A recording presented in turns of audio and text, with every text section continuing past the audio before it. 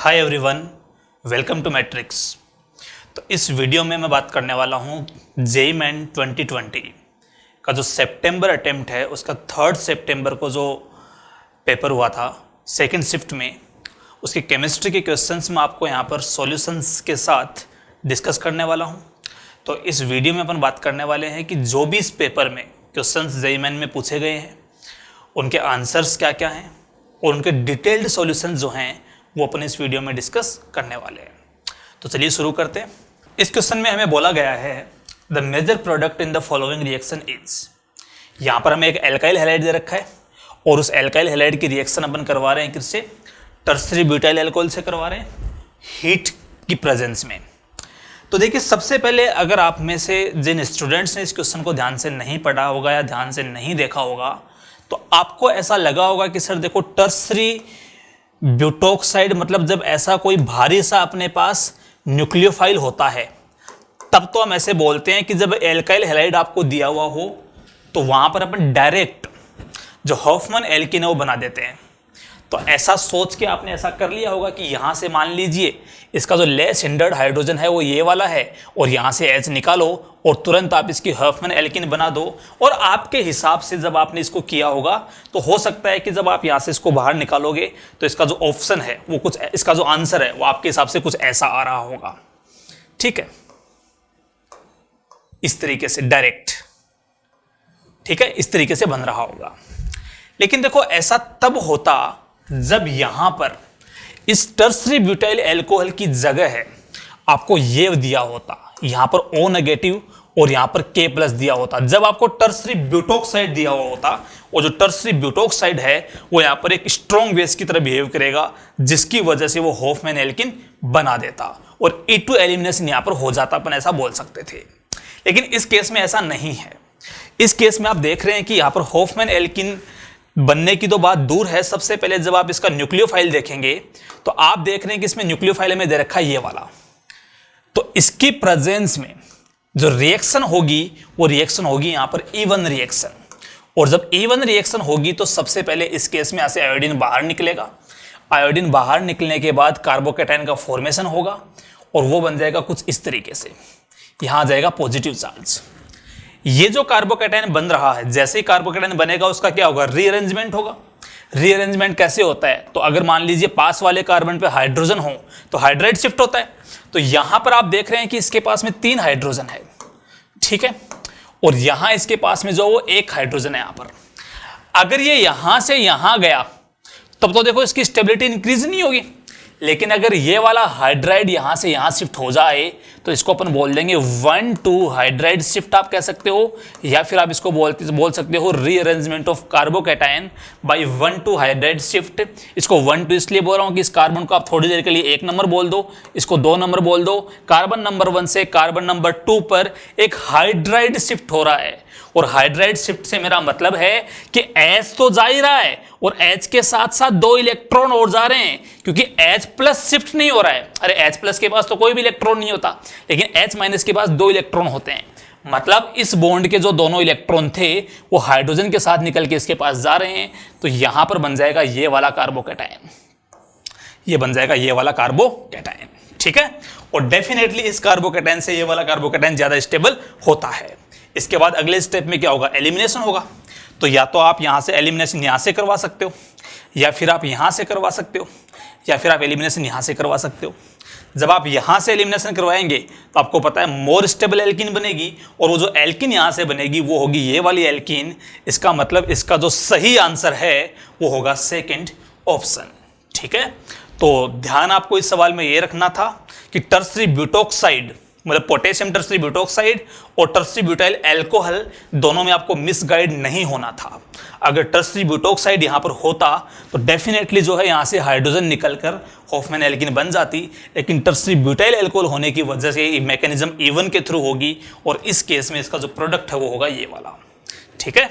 इस क्वेश्चन में आपको बोला गया है consider a hypothetical case where the azimuthal quantum number L takes value 0 to n+1। मतलब आपको एक ऐसा हाइपोथेटिकल केस इमेजिन करना है जिस केस में क्या होगा कि L की जो वैल्यू है वो कहां से कहां तक होगी? 0, 1, 2 अप टू n+1, ठीक है। Where n is the principal quantum number then element with atomic number. तो आपको चार ऑप्शन दे रखे हैं कि भाई जिस एलिमेंट का एटॉमिक नंबर 6 होता है वो उसके पास क्या 2p वैलेंस सेल होगा कि नहीं होगा, वैलेंस सब सेल होगा कि नहीं होगा। जिसका एटॉमिक नंबर 8 है वो फर्स्ट नोबल गैस है कि नहीं है।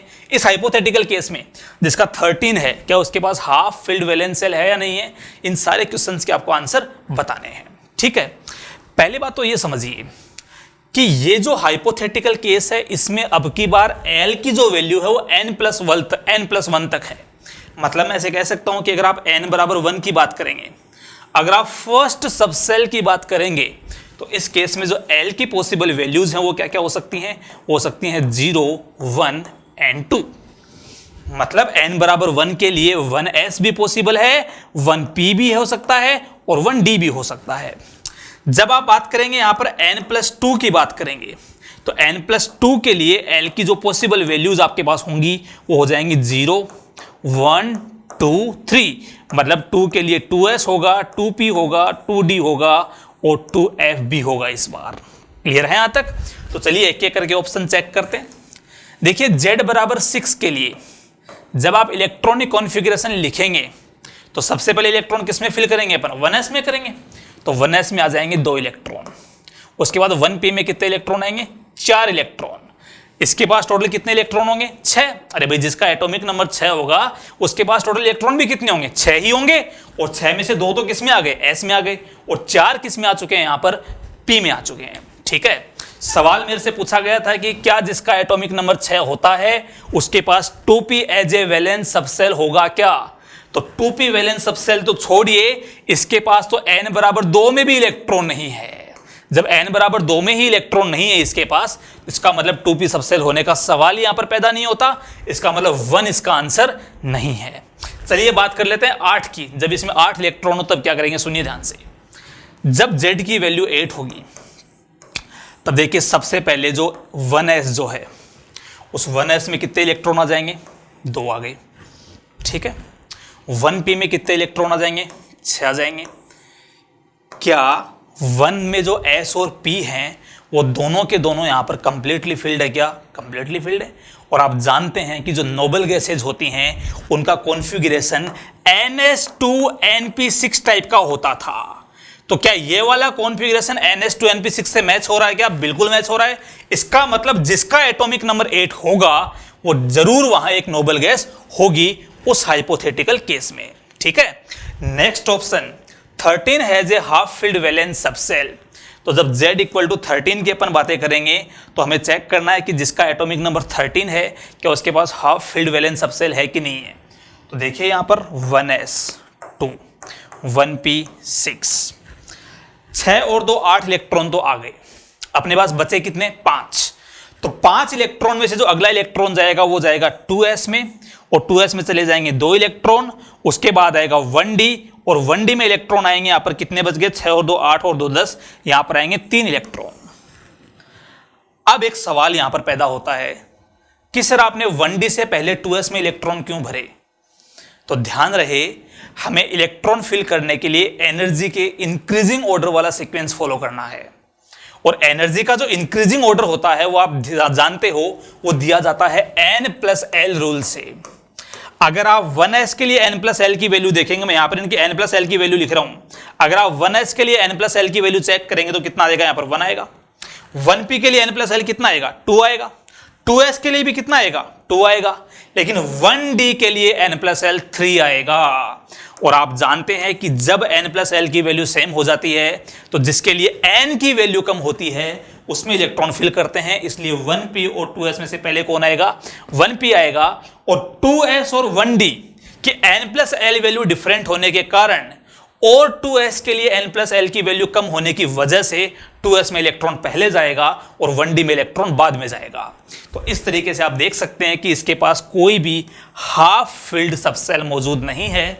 तो जो थर्ड है वो इसका आंसर नहीं है। ठीक है, fourth 9 is the first alkali metal. अब एक बार याद करो, फर्स्ट एल्कली मेटल जो होती थी या एल्कली मेटल जो होती थी उसका इलेक्ट्रॉनिक कॉन्फ़िगरेशन क्या हुआ करता था, ns1। अरे एल्कली मेटल जो होती थी उसका इलेक्ट्रॉनिक कॉन्फ़िगरेशन ns1 हुआ करता था। फर्स्ट एल्कली मेटल के लिए एन की वैल्यू कितनी होनी चाहिए 1, मतलब उसका कॉन्फ़िगरेशन कितना हो जाएगा 1s1 हो जाएगा। क्या 1s1 जो है, अगर मैं यहाँ पर 1s1 की बात करूं तो क्या 1s1 जो है उसके लिए मतलब उसका एटॉमिक नंबर कितना होना चाहिए 1 होना चाहिए, मतलब जिसका एटॉमिक नंबर 9 है वो यहाँ पर पहली एल्कली मेटल नहीं होगी। इसका मतलब फोर्थ भी इसका इनकरेक्ट आंसर है और इस सवाल का सही जो आंसर है वो कौन सा है, सेकंड। क्लियर है? ध्यान रहे एनटीए ने जो आंसर दिया है इस क्वेश्चन का उन्होंने डिफरेंट दिया है और वो इनकरेक्ट आंसर है। इसका जो करेक्ट आंसर है वो यही वाला ऑप्शन है। ठीक है, तो उस एनटीए वाले से और इससे आप कंफ्यूज मत होना। जैसा में एक हाइपोथेटिकल केस बताया गया है उस हाइपोथेटिकल केस के हिसाब से इसका जो करेक्ट आंसर बनता है वो सेकंड ऑप्शन ही है। ठीक है, इस क्वेश्चन में देखते हैं क्या बोला गया। A mixture of 1 mole each of H2 helium and O2 are enclosed in a cylinder of volume V at temperature T। आप ऐसे मान लीजिए कि एक कंटेनर है जिस कंटेनर में 3 टाइप की गैस है, ये जिसको मैं ऐसे डॉट डॉट से रिप्रेजेंट कर रहा हूं। मान लीजिए ये वाली जो गैस है वो H2 गैस है। सेकंड हमें बोल रखा है हीलियम, तो ये जो क्रॉस से मैं रिप्रेजेंट कर रहा हूं, मान लीजिए ये वाली गैस जो है ये एक हीलियम गैस यहां पर है।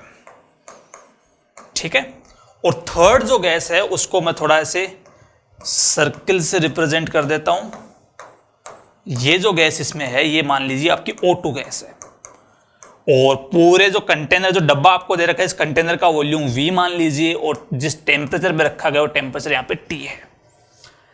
हमें बोला गया if the partial pressure of H2 is 2 atm, तो given that partial pressure of H2 is 2 atm,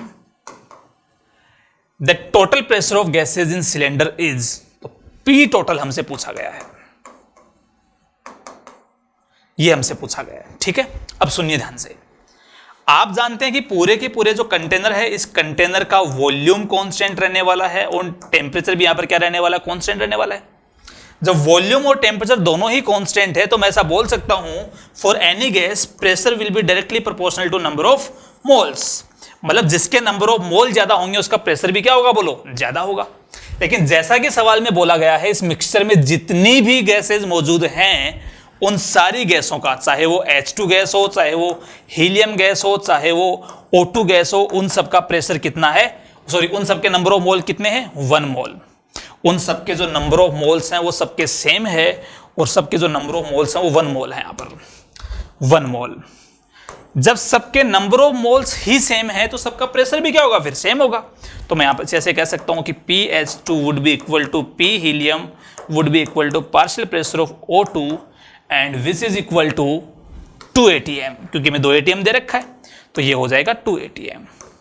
जब अपने पास हर एक इंडिविजुअल गैस का प्रेशर आ चुका है और हमसे पूछा जाए कि टोटल प्रेशर कितना होगा, तो इस केस में आप जानते हैं हम यूज करते हैं वहां पर डाल्टन्स लॉ, और जब भी आप यहां पर डाल्टन्स लॉ यूज करेंगे तो आप ऐसे कह सकते हैं कि P total would be equal to 2 plus 2 plus 2 is equal to 6 atm।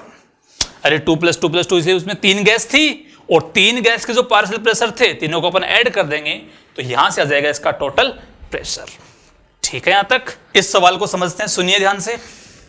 इसमें बोला गया था इनकरेक्ट स्टेटमेंट इज, देखो पहले तो आपको यहां पर ऐसी बात इसी को अंडरलाइन करना था कि मुझसे इस सवाल में करेक्ट नहीं इनकरेक्ट स्टेटमेंट पूछा गया है, क्योंकि करेक्ट इनकरेक्ट की गलती बहुत बार होती है हमसे, तो इसका हमें ध्यान रखना था यहां पर। ठीक है, तो पहला ऑप्शन बोला है कि manganate ion is green in colour and permanganate ion is purple in colour. तो पहले तो मैं आपको यह बता दूं कि जो मैग्नेट आयन होता है वो कौन सा होता है, magnet ion is MnO4 2 minus and permanganate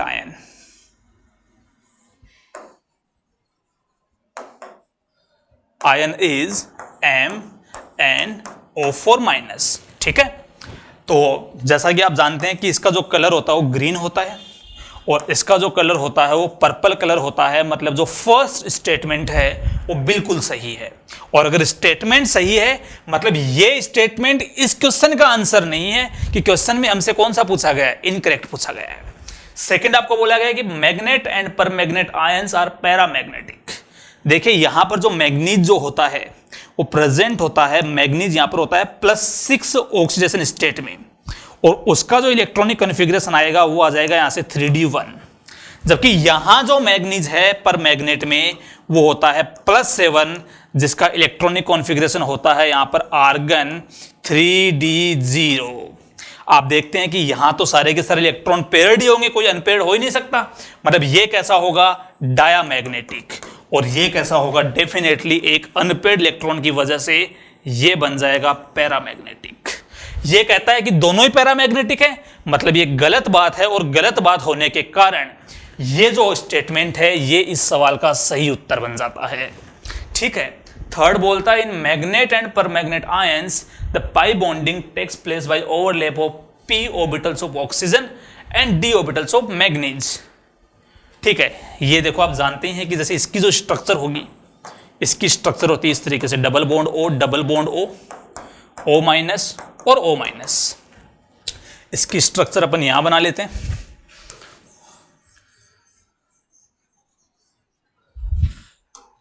पर मैग्नेट की जो स्ट्रक्चर होती है वो होती है Mn double bond O, double bond O, double bond O minus.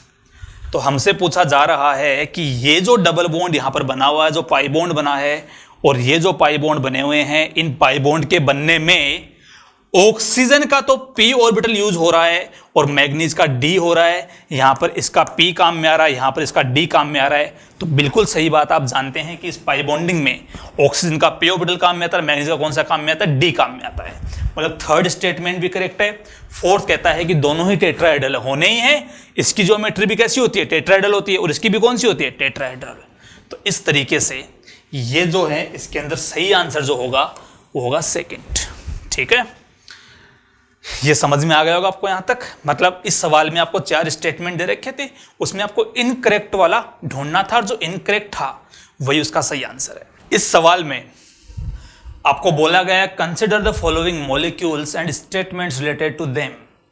तो यहां पर आप देख रहे हैं कि आपको एक, अगर आप इसको बोल रहे हो बेंजोइक एसिड, ये अगर बेंजोइक एसिड होगा तो एक तो आपको ऑर्थो हाइड्रोक्सी बेंजोइक एसिड दिया हुआ है, और एक आपको दे रखा है पैरा हाइड्रोक्सी बेंजोइक एसिड आपको दिया हुआ है। ठीक है, दोनों के दोनों आइसोमर होते हैं एक दूसरे की, ये आपको बताने की जरूरत नहीं है, दोनों एक दूसरे के आइसोमर्स होते हैं। ठीक है, तो पहला मुझे बोल रखा है कि बी इज, अच्छा चलो मैं इससे पहले आपको एक चीज और बता दूं। यहां पर आप देख रहे हैं कि यहां पर तो इस केस में क्या होता है कि इसका जैसे हाइड्रोजन और इसका जो ऑक्सीजन जो है, इनके बीच में यहां पर एच बॉन्डिंग हो सकती है। ठीक है ना, या फिर अगर आप दूसरा केस लेंगे तो इसका जो ऑक्सीजन और इसका जो H है, उनके बीच में यहां पर एच बॉन्डिंग हो सकती है। 6 मेंबर्ड किलेट रिंग यहां पर बनेगी, तो मतलब यहां पर इस केस में हो जाएगी इंट्रामोलिकुलर एच बॉन्डिंग। ठीक है, जबकि इस केस में यहां पर इनके बीच की डिस्टेंस ज्यादा होने की वजह से इंट्रामोलिकुलर तो पॉसिबल नहीं है, इसलिए ये क्या करेगा, अपने ही जैसे किसी दूसरे मॉलिक्यूल के साथ में ये कर लेगा यहां पर इंटरमोलिकुलर एच बॉन्डिंग। दोनों में एक तो सबसे जो बड़ा जो की डिफरेंस यहां पर है, वो की डिफरेंस ये है कि इसमें तो होती है इंट्रामोलिकुलर एच बॉन्डिंग और उसमें होती है इंटरमोलिकुलर एच बॉन्डिंग। ठीक है, ए स्टेटमेंट कहता है कि B is more likely to be crystalline than A. अब मैं जरा आपको मतलब समझाता हूं क्रिस्टलाइन का क्या मतलब है। देखिए, हम क्रिस्टलाइन उसको बोलते हैं कि जिसकी जो पैकिंग है वो पैकिंग ज्यादा रेगुलर हो, ज्यादा रेगुलर पैकिंग हो, और उसकी पैकिंग जो है, उसके जो inter particle force of attraction जो है वो स्ट्रॉन्ग हो। तो अगर मैं आपसे पूछूं कि मान लीजिए एक तो आपके पास में इस ऑर्थो हाइड्रोक्सी बेंजोइक एसिड के बहुत सारे मॉलिक्यूल हैं, उनके बीच में inter particle forces of attraction लग रहे हैं, और दूसरा आपके पास में इसके बहुत सारे मॉलिक्यूल्स हैं, उनके बीच में फोर्सेस लग रहे हैं, कौन से स्ट्रॉन्ग होंगे? तो आप जानते हैं कि सर यहां पर इसके और इसके ही जैसे दूसरे मॉलिक्यूल के बीच में जो फोर्सेस लगेंगे वो इंटरमोलिकुलर होंगे और वो इससे ज्यादा स्ट्रॉन्ग होंगे। ठीक है, तो इसके जो inter particle force of attraction है वो ज्यादा स्ट्रॉन्ग होने की वजह से इसका जो क्रिस्टल बनेगा या इसकी जो पैकिंग होगी वो ज्यादा क्रिस्टलाइन होगी एज कंपेयर टू इसकी पैकिंग। मतलब ए इसका करेक्ट आंसर है। यहां पर बी जो इसका ऑप्शन है, जो बी इसका स्टेटमेंट जो है वो हमें बोल रहा है कि B has higher boiling point than A. तो देखो, ये तो आप जानते हैं कि जब मोलिकुलर मास कंपाउंड्स का सेम होता, जिनको अपन कंपेयर कर रहे हैं, अगर उनका मोलिकुलर मास सेम है और अगर उनमें से किसी एक कंपाउंड में हाइड्रोजन बॉन्डिंग हो रही है वो भी इंटरमोलिकुलर, तो जिस कंपाउंड में इंटरमोलिकुलर एच बॉन्डिंग होती है उसका जो बॉइलिंग पॉइंट है वो ज्यादा होता है। तो आप देख सकते हैं कि यहां पर इसमें इंटरमोलिकुलर एच बॉन्डिंग की वजह से बॉइलिंग पॉइंट भी बी का ही ज्यादा होगा, मतलब बी ज्यादा क्रिस्टलाइन भी होगा और बी का बॉइलिंग पॉइंट भी ज्यादा होगा। Statement C, dissolves more readily, B dissolve more readily than A in water। ये कहता है कि अगर A और B को अपन पानी में मिलाएं, एक कंटेनर में आपने वाटर ले रखा, उसमें अपन A मिला रहे हैं, दूसरे कंटेनर में आपने वाटर लिया उसमें अपन B मिला रहे हैं, तो ये कहता है कि B जो वाटर में पानी के अंदर वो ज्यादा इजी मतलब तुरंत डिजोल्व हो जाएगा, ठीक है ना। इसके कहने का मतलब है कि जो B है ना वो पानी में इजीली डिजोल्व हो जाता है। तो हमें पता लगाना है कि क्या जो स्टेटमेंट है करेक्ट है इनकरेक्ट है। अगर आप देखेंगे तो आपको देख के ऐसा लग रहा होगा कि देखो सर इसमें तो इंटरमोलिकुलर एच बॉन्डिंग है, तो जो वाटर के मॉलिक्यूल्स होते हैं उसके साथ भी इसकी एच बॉन्डिंग हो जाएगी, अच्छे से एच बॉन्डिंग हो जाएगी। अब इसमें इंट्रामोलिकुलर है तो हो सकता है कि वाटर के मॉलिक्यूल के साथ में इसकी इतनी बढ़िया से एच बॉन्डिंग नहीं हो पाए। तो ऐसा पहली बार में तो देख के अपन को यह लग रहा है कि इसके अंदर जो एच बॉन्डिंग होती है वो एच बॉन्डिंग वाटर के साथ ज्यादा बढ़िया हो जाएगी, मतलब ये वाटर के अंदर ज्यादा डिजोल्व होगा और ये वाला वाटर के अंदर कम डिजोल्व होगा। लेकिन इस सवाल में हमसे बात कम या ज्यादा की नहीं की गई है कि कौन कम डिजोल्व होगा कौन ज्यादा डिजोल्व होगा। इसमें हमसे पूछा गया है कि कौन सा जल्दी से या तुरंत डिजोल्व हो जाएगा। और याद करो आपको पढ़ाया गया है कि जब भी अपन बात करते हैं किसी रिएक्शन की रेट के बारे में तो रेट डिसाइड होती है काइनेटिक्स से, और मैं इसके बारे में ऐसा कोई कमेंट नहीं कर सकता जब तक मुझे काइनेटिक्स की सारी चीजें नहीं पता हो कि इन दोनों में से किसकी डिजोल्व होने की रेट ज्यादा होगी। मैं यहां से ये तो बता सकता हूं कि ठीक है भाई इसके जो स्ट्रॉन्ग फोर्सेज हैं वाटर के साथ, मतलब इसके वाटर के साथ जो फोर्सेज है वो स्ट्रॉन्ग लग रहे हैं, इंटरमोलिकुलर एच बॉन्डिंग हो जाएगी, इसका मतलब ज्यादा डिजोल्व ये होगा। लेकिन इस पर अपन ये कमेंट नहीं कर सकते कि जल्दी से कौन सा डिजोल्व होगा। अरे ऐसा हुआ होगा कि मान लो ज्यादा डिजोल्व तो ये होता हो लेकिन शुरू में इसके डिजोल्व होने की रेट ज्यादा हो, शुरू में इसके डिजोल्व होने की रेट ज्यादा है, लेकिन टाइम के साथ धीरे धीरे क्या हुआ इक्विलिब्रियम आता गया, और इक्विलिब्रियम आने के साथ साथ क्या हुआ कि इसकी जो जितनी अमाउंट इसकी डिजोल्व हुई वो इससे कम आई। तो ऐसा पॉसिबल है कि रेट किसी की भी कम है किसी की भी ज्यादा हो सकती है, लेकिन बिना प्रॉपर इंफॉर्मेशन के बिना काइनेटिक्स के मैं कभी भी ये नहीं कह सकता कि बी हमेशा ही फास्ट डिजोल्व होगा ए से। इस पर अपन कमेंट यहां पर नहीं कर सकते। तो सी जो स्टेटमेंट है उसके बारे में हम हमेशा ऐसे नहीं कह सकते कि बी के उसके साथ में जो इंटरेक्शंस हैं वो स्ट्रॉन्ग होने का मतलब ये है कि बी फास्ट डिजोल्व होगा, ऐसा अपन यहां पर नहीं बोल सकते। तो इसका जो करेक्ट स्टेटमेंट है वो स्टेटमेंट इसका ए सही स्टेटमेंट है, बी सही स्टेटमेंट है, तो इसका सही आंसर है फर्स्ट। ये सवाल था कोऑर्डिनेशन केमिस्ट्री से। इसमें बोला गया है कि आपको दो कॉम्प्लेक्स दिए हुए हैं, एक कॉम्प्लेक्स तो है रुथेनियम का और दूसरा है आयरन का कॉम्प्लेक्स है, और उनके डी इलेक्ट्रॉनिक कॉन्फ़िगरेशन आपसे पूछे हैं। तो ये शायद आपको बताने की जरूरत नहीं है, EN का मतलब इथाइलिन डाइएमीन होता है, ठीक है। कुछ इस टाइप का एक लिगेंड होता है, बाइडेंटेड लिगेंड होता है ये वाला। और यहां पर आप देख सकते हैं कि जो RU है इसकी ऑक्सीजन स्टेट जो +2 आएगी, और इधर से जो आयरन है वो आयरन भी यहां पर +2 में मौजूद है। इसका जो कॉन्फ़िगरेशन होगा रुथेनियम का वो आप जानते हैं कि आयरन और रुथेनियम एक ही ग्रुप में आते हैं, तो ये 3d6 होता है। ये यहां पर कितना बन जाएगा, ये बन जाएगा 4d6 बन जाएगा।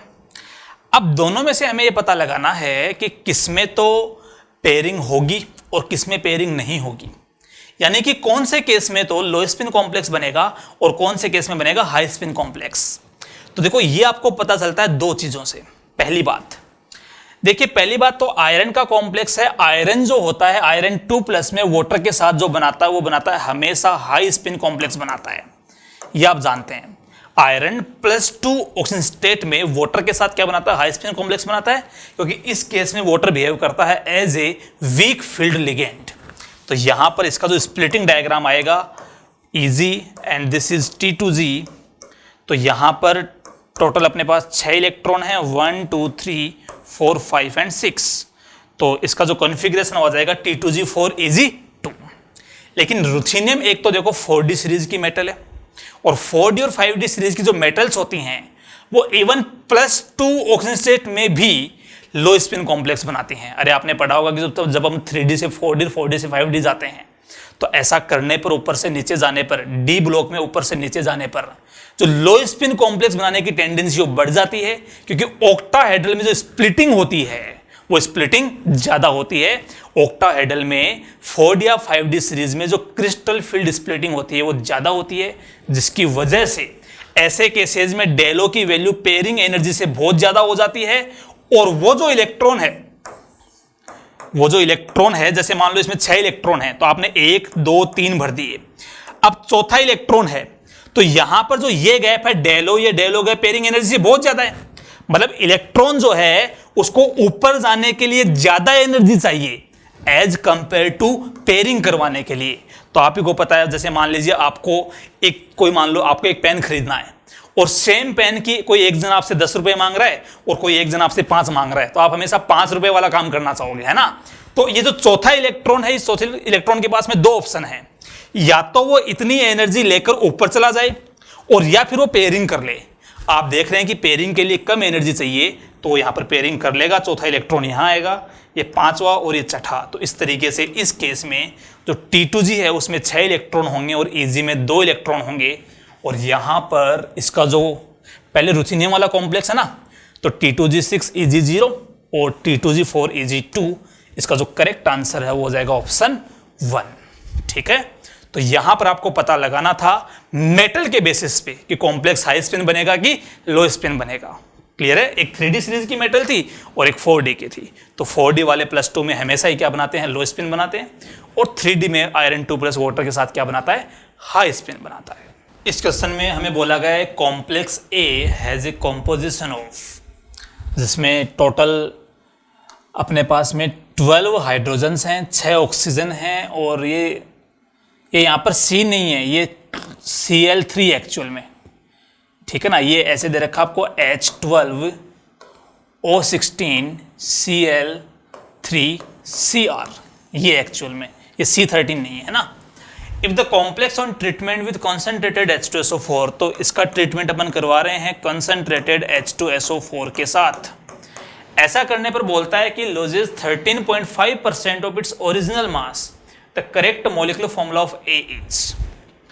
तो देखिए ये जो सवाल है ये कोऑर्डिनेशन केमिस्ट्री का सवाल है, आप इसको ऐसे कह सकते हो वर्नर थ्योरी पर बेस्ड क्वेश्चन है, जिसमें हमें एक मॉलिक्यूलर फॉर्मूला दिया हुआ है और हमसे पूछना चाह रहा है, हमें 4 ऑप्शन दे रखे हैं कि कौन सा तो कोऑर्डिनेशन स्फीयर में प्रेजेंट होगा, कौन सा आयनाइजेशन स्फीयर में प्रेजेंट होगा, और इसमें कितने मॉलिक्यूल्स एज ए वाटर, कितने water molecules as a ligand होंगे, और कितने वाटर मॉलिक्यूल्स हाइड्रेट मॉलिक्यूल की फॉर्म में या क्रिस्टलाइन मॉलिक्यूल की फॉर्म में प्रेजेंट होंगे, ये हमसे पूछा गया है।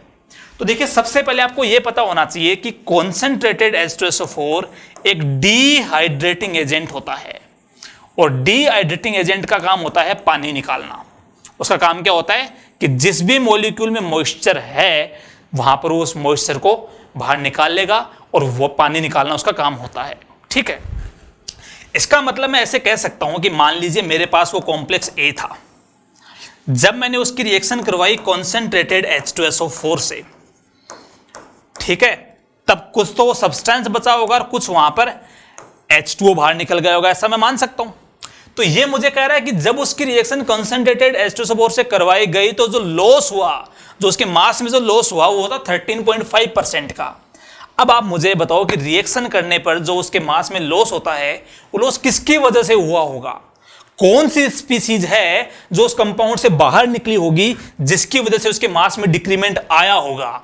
तो वो आपके सामने है, जब आप इससे इसकी रिएक्शन करवाएंगे तो यहां से पानी बाहर निकल जाएगा, और पानी बाहर निकलने की वजह से जितना वाटर यहां से बाहर निकला है उस वाटर के मास के इक्विवेलेंट उसका मास लॉस हुआ होगा। इसका मतलब मैं ऐसे कह सकता हूं कि टोटल जो कंपाउंड है उस कंपाउंड का जितना टोटल मास था उसका 13.5% उसमें क्या रहा होगा, वाटर रहा होगा as a crystalline water molecule. अरे क्रिस्टलाइन का मतलब जानते हो ना, जो उस कॉम्प्लेक्स के बाहर लिखा होता है, जो डॉट H2 कुछ लिखा होता है, वो जो वाटर मॉलिक्यूल है वो टोटल मास का 13.5% रहा होगा। तो हमें करना क्या है, सिंपल है बिल्कुल।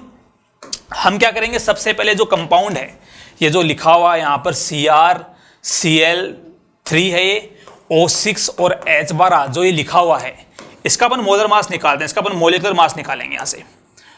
तो जब आप इसका मोलिकुलर मास निकालेंगे यहाँ पर, तो क्रोमियम का कितना होता है 52 होता है, क्लोरीन कितना होता है 35.5 इंटू कितने क्लोरीन है 3 है, प्लस 6 ऑक्सीजन है तो 6 इंटू कितना हो जाएगा 16, प्लस आ जाएगा यहाँ पर 12 इंटू 1। जब आप इसको सोल्व करेंगे तो सोल्व करने पर यह आ जाएगा 9600, 108 और 108 के साथ में ये हो जाएगा 160 और वो बनेगा कितना 90, 105, 1605, ये बन जाएगा 160, ये बन जाएगा 266.5। ये आ गया इसका क्या मोलिकुलर मास। ठीक है, हाँ शायद इसमें क्लोरीन का आपको 35 एमयू दे रखा है, लेकिन कोई बात नहीं, आप इसको 35.5 भी ले लोगे ना तो आंसर पे कोई फर्क नहीं पड़ेगा। अरे अगर आपको लगता है ना वो सिंपल कैलकुलेशन के लिए उसने 35 बोल दिया है, अगर आप इसको ये लेके भी सोल्व करेंगे तो भी कोई फर्क नहीं पड़ने वाला यहाँ पर। ठीक है, तो इसका मोलिकुलर मास हो गया। अब आप जरा सोचे कि आपने ए का सिर्फ एक मॉलिक्यूल लिया, आपने ए का सिर्फ एक मॉलिक्यूल या एक मोल ले लिया माना आपने। ठीक है, तो ए के एक मोल का जो मास होगा वो कितना होगा 266.5 ग्राम होगा। इसमें से जब आपने इसकी रिएक्शन करवाई H2SO4 के साथ, तो यहां से मान लीजिए कुछ H2O बाहर निकला होगा, तो H2O का जो मास है, जो बाहर निकलने वाला जो वाटर है उसका जो मास होगा वो होगा इसके मास का 266.5 का कितना परसेंट, वो होगा 13.5 अपॉन 100। ये जो मास है H2O का मास होगा, और इसको जब आप सोल्व करेंगे तो ये आएगा अप्रोक्स यहां से 35.9 समथिंग, जिसको मैं अप्रोक्सीमेटली इक्वल टू 36 बोल सकता हूं। मतलब ये हुआ कि जब आप इतने ग्राम कंपाउंड को H2SO4 के साथ हीट करवाओगे तो उससे 36 ग्राम H2O बाहर निकला। 36 ग्राम H2O का मतलब होता है 2 मोल वाटर। कितना मोल वाटर बोलो? 2 मोल। और 2 मोल वाटर होने का मतलब यह हो गया कि 1 मोल कंपाउंड के साथ 2 मोल जो वाटर हैं वो as a crystalline water molecule रहते हैं। तो आप देख लीजिए यहां पर कौन से में, देखो यहां पर 3 H2O हैं, यहां 1 है, एकमात्र थर्ड ऐसा ऑप्शन है जहां पर 2 H2O आ रहा है। तो आप इस तरीके से पता लगा सकते हैं। तो ये बन जाएगा इसका करेक्ट आंसर। अच्छा सवाल था, ये भी काफी बढ़िया था, वंडर थ्योरी पे बढ़िया सवाल पूछा गया था आपसे। हाँ, आसान भी था, साथ साथ इतना कोई मुश्किल सवाल नहीं था। इसमें the incorrect statement among A to D regarding acid rain is. तो देखो एसिड रेन के रिगार्डिंग आपको 4 स्टेटमेंट दे रखे हैं। पूछा गया है कि कौन सा इनकरेक्ट है इसमें से। तो पहला बोलता है कि it can corrode water pipes. सही बात है, एसिड रेन की वजह से जो वाटर पाइप्स जो होते हैं उसमें कोरोड हो सकते हैं, कोरोजन हो सकता है उनमें। बी कहता है it can damage structures made up of stone. ये भी सही बात है। It can not cause respiratory elements in animals. ये गलत बात है। एक्चुअल में एसिड रेन की वजह से इस पर भी इफेक्ट होता है। तो सी इसका इनकरेक्ट स्टेटमेंट है। और it is not harmful for trees. Definitely acid rain जो होती है वो ट्रीज के लिए हार्मफुल होती है। इसने लिखा नॉट हार्मफुल, मतलब ये भी गलत बात है। तो सी और डी दोनों इनकरेक्ट है, मतलब करेक्ट आंसर आपका 4th है। ठीक है, चलिए देखते हैं इस सवाल में क्या बोला गया। तो इसमें बोला गया कि 3 isomers A, B and C जिनका मोलिकुलर फॉर्मूला जो आपको दे रखा है C8H11N give the following results. ठीक है, अब आपको उसमें बोला गया है कि भाई ABC 3 आइसोमर्स है उस कंपाउंड के, जिसके जो रिजल्ट है उसमें आपके पास ऐसे बोल रहा है कि A और C का अलग अलग, मतलब ये आपस में, इसका मतलब ये नहीं कि A और C आपस में रिएक्शन कर रहे हैं। ध्यान रहे यहां पर A+C नहीं लिखा हुआ है कि जिसका मतलब A और C आपस में रिएक्शन कर रहे हैं। नहीं, ये कह रहा है कि आपने A अलग लिया है किसी कंटेनर में और C अलग लिया है। ठीक है, फिर आपने A का करवाया डाइएजोटाइजेशन करवाया, C का भी आपने करवाया डाइएजोटाइजेशन। उससे मान लीजिए कि A से P बना होगा और C से क्या बना होगा, Q बना होगा, ऐसा मान लीजिए।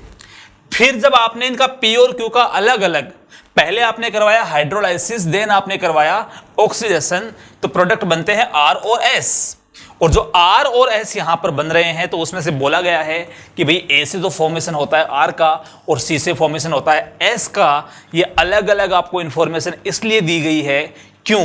क्योंकि नीचे यहां पर एक हिंट दे रखा है कि R का जो बॉइलिंग पॉइंट है वो कम है किससे, बोलो, S से। ठीक है, जिससे आप ऑप्शंस में आइडिया लगा सकते हो कि भाई ये A और C पॉसिबली क्या क्या हो सकते हैं। अब बचा B। तो बी के लिए बोला जा रहा है कि जब आप बी की रिएक्शन इस रिएजेंट से करवाएंगे तो करवाने पर एक ऐसा प्रोडक्ट बनने वाला है जो होता है एल्कली इनसोल्यूबल। ठीक है, तो जैसा कि आप जानते हैं कि जो रिएक्टेंट है, ये जो लिखा हुआ है रिएजेंट यहां पर लिखा हुआ है, इसका नाम होता है हिंसबर्ग रिएजेंट। ठीक है, और ये जो कंपाउंड आप यहां पर देख रहे हैं C8H11 अगर आप इसका डिग्री ऑफ अनसेचुरेशन अगर आप यहां से कैलकुलेट करेंगे, DOU अगर आप इसका यहां से कैलकुलेट करेंगे तो आपको पता चलेगा कि इसका जो DOU कैलकुलेट करने पर उसकी जो वैल्यू आती है वो आती है 4। ठीक है, DOU कितने, इसकी वैल्यू कितनी आएगी बोलो 4। इससे मैं आइडिया लगा सकता हूं कि देखो 4 DOU जो होता है उसके लिए सबसे मोस्ट कॉमन एग्जांपल तो बेंजीन होती है। भाई अगर कहीं पर बेंजीन वाले कंपाउंड है तो बेंजीन का DOU तो कितना होता है 4 होता है, तो ऐसा अपन आइडिया लगा सकते हैं। दूसरा, इसके जो ऑप्शंस आपको दिए हुए हैं तो देखिए 4 ऑप्शन है, 4 ऑप्शन में जितनी भी स्ट्रक्चर यहां पर बनी हुई हैं सब में बेंजीन जरूर है।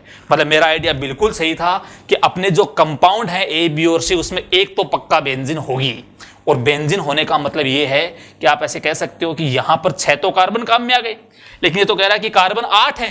कार्बन 8 होने का मतलब क्या होगा कि अपने पास या तो कोई CH3 ग्रुप हो सकते हैं 2, या फिर अपने पास कोई एक C2H5 ग्रुप हो सकता है, वो 2 कार्बन इसमें काम में आ गए। क्लियर है यहां तक?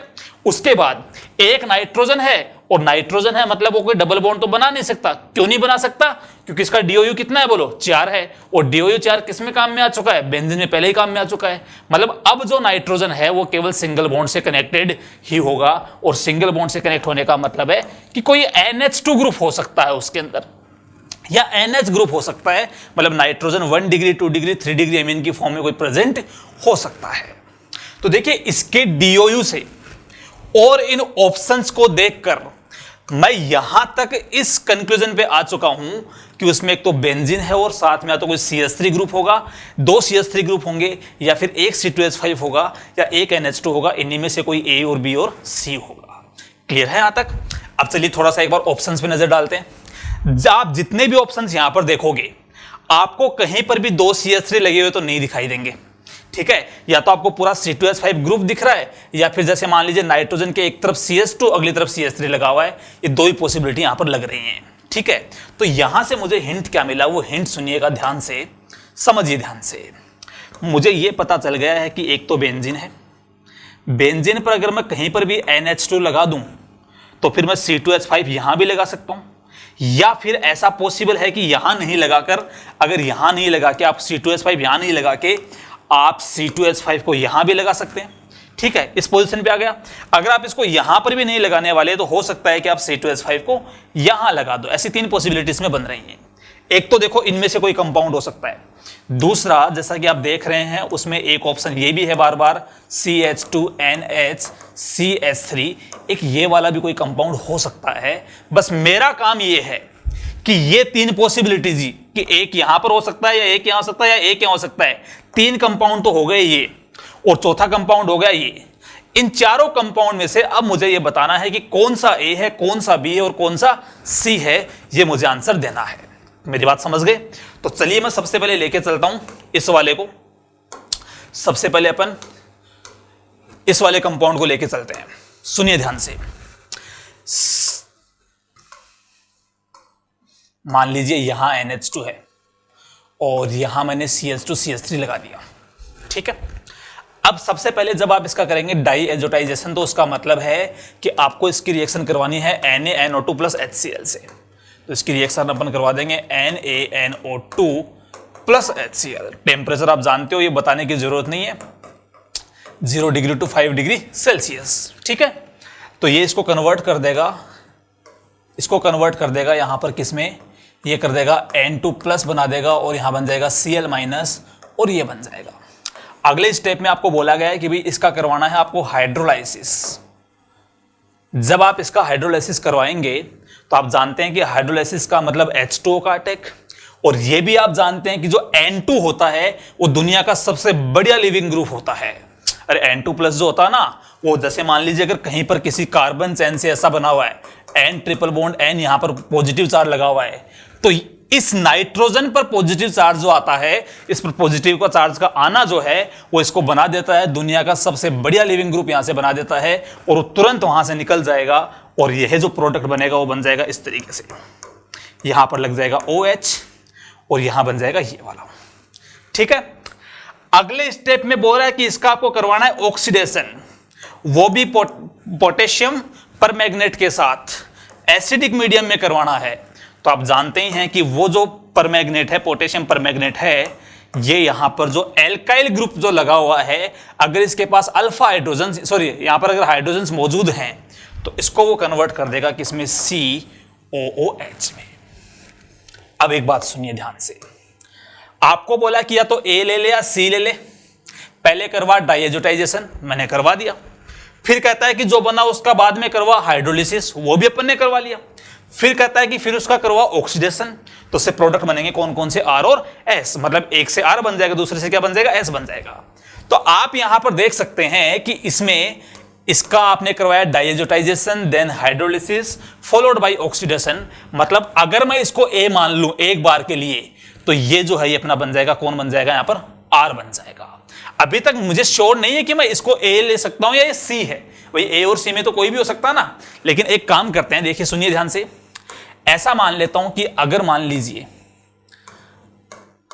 NH2, अगर आपने इसमें वो तीनों के तीनों स्टेप फॉलो किए, पहला स्टेप कौन सा था, डाइएजोटाइजेशन वाला, दूसरा आपने अगर स्टेप फॉलो किया होता है इसमें हाइड्रोलाइसिस वाला, और थर्ड आपने अगर उसका ऑक्सीडेशन करवाया होता KMnO4 के साथ, तो इसका जो प्रोडक्ट आगे बनता वो प्रोडक्ट बनेगा ये वाला, यहां पर आ जाएगा OH आ जाएगा और यहां पर आ जाएगा COOH। अगर मान लीजिए इसी का दूसरा आइसोमर जिसमें NH2 यहां था और ये CH2CH3 है, अगर इसके साथ भी ये तीन स्टेप ही करवाए होते तो इससे जो प्रोडक्ट बनने वाला है वो प्रोडक्ट बन जाएगा ये वाला।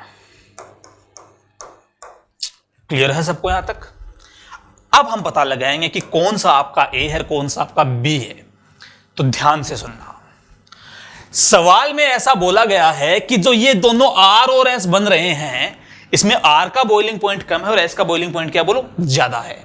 तो अब मुझे यहां से ये देखना पड़ेगा कि इसमें किसका बॉइलिंग पॉइंट कम है, किसका बॉइलिंग पॉइंट ज्यादा है, ये मुझे पता लगाना पड़ेगा। और वो आप जानते हैं कि यहां तो हो जाएगी इंट्रामोलिकुलर H बॉन्डिंग, ठीक है, और यहां इंट्रामोलिकुलर H बॉन्डिंग हो नहीं पाएगी, तो इस केस में होगी इंटरमोलिकुलर H बॉन्डिंग। और आप जानते हैं कि जब जब इंटरमोलिकुलर H बॉन्डिंग होती है, जितनी एक्सटेंसिव इंटरमोलिकुलर H बॉन्डिंग होगी, उस कंपाउंड का बॉइलिंग पॉइंट उतना ही ज्यादा होता है। तो मुझे पता चल गया कि इसमें इंटरमोलिकुलर H बॉन्डिंग के कारण इसका बॉइलिंग पॉइंट ज्यादा होगा और इसका जो बॉइलिंग पॉइंट है वो कम हो जाएगा, इसका बॉइलिंग पॉइंट यहां से कम होगा। ठीक है, तो इसमें से आप देखो, जैसे इसमें आपको बोला गया है कि R का बॉइलिंग पॉइंट कम है, S का ज्यादा है, तो मुझे पता चल गया है कि ये तो अपना S होगा और ये होगा अपना R। क्लियर है? सवाल में बोला गया है कि R बनता है A से, मतलब ये पक्का A होगा, और S किससे बनता है बोलो, वो बनता है C से, तो ये अपना C होगा। तो A और C के बारे में तो हमने पता लगा लिया है यहां पर। ठीक है, चलिए अब मैं बात करता हूं B की। अब पहले एक बार ऑप्शन चेक कर लेते हैं, ठीक है, या सुनो पहले B की बात करते हैं। चलो अपन, अगर मैं B की बात करूं तो देखिए, अगर मैं ये वाला कंपाउंड यहां पर लेता हूं,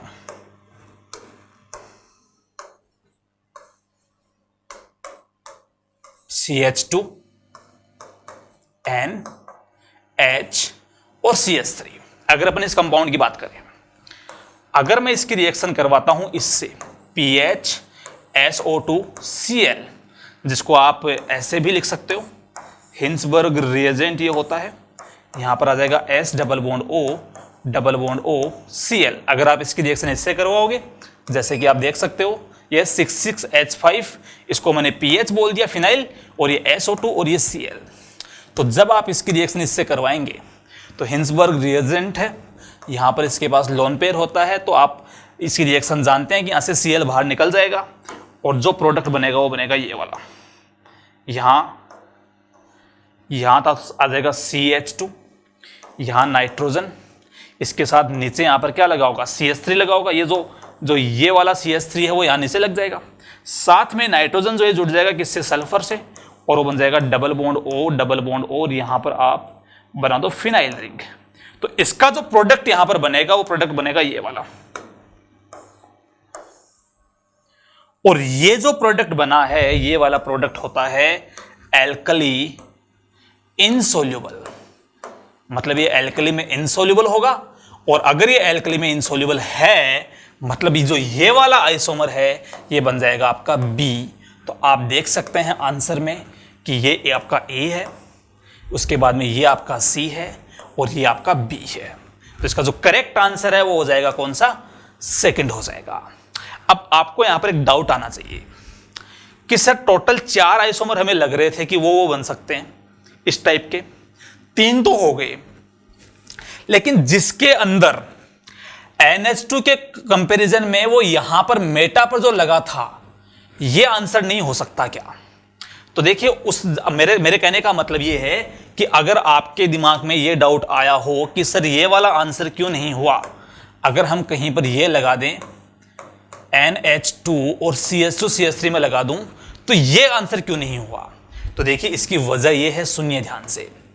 अगर मान लीजिए कि आपने इसको A मान लिया तो जो इससे बनने वाला जो प्रोडक्ट है उसका बॉइलिंग पॉइंट इस C से बनने वाले प्रोडक्ट से कम होना चाहिए, लेकिन C से क्या बनेगा, यहां तो OH लग जाएगा और यहां क्या बन जाएगा, COH बन जाएगा, या तो इंटरमोलिकुलर एच बॉन्डिंग होगी, फिर सॉरी इंट्रामोलिकुलर होगी, और अगर इंट्रामोलिकुलर होगी तो मतलब C से जो बनने वाला प्रोडक्ट S है उसका बॉइलिंग पॉइंट R से कम हो जाएगा, मतलब इससे बनने वाले प्रोडक्ट से कम हो जाएगा।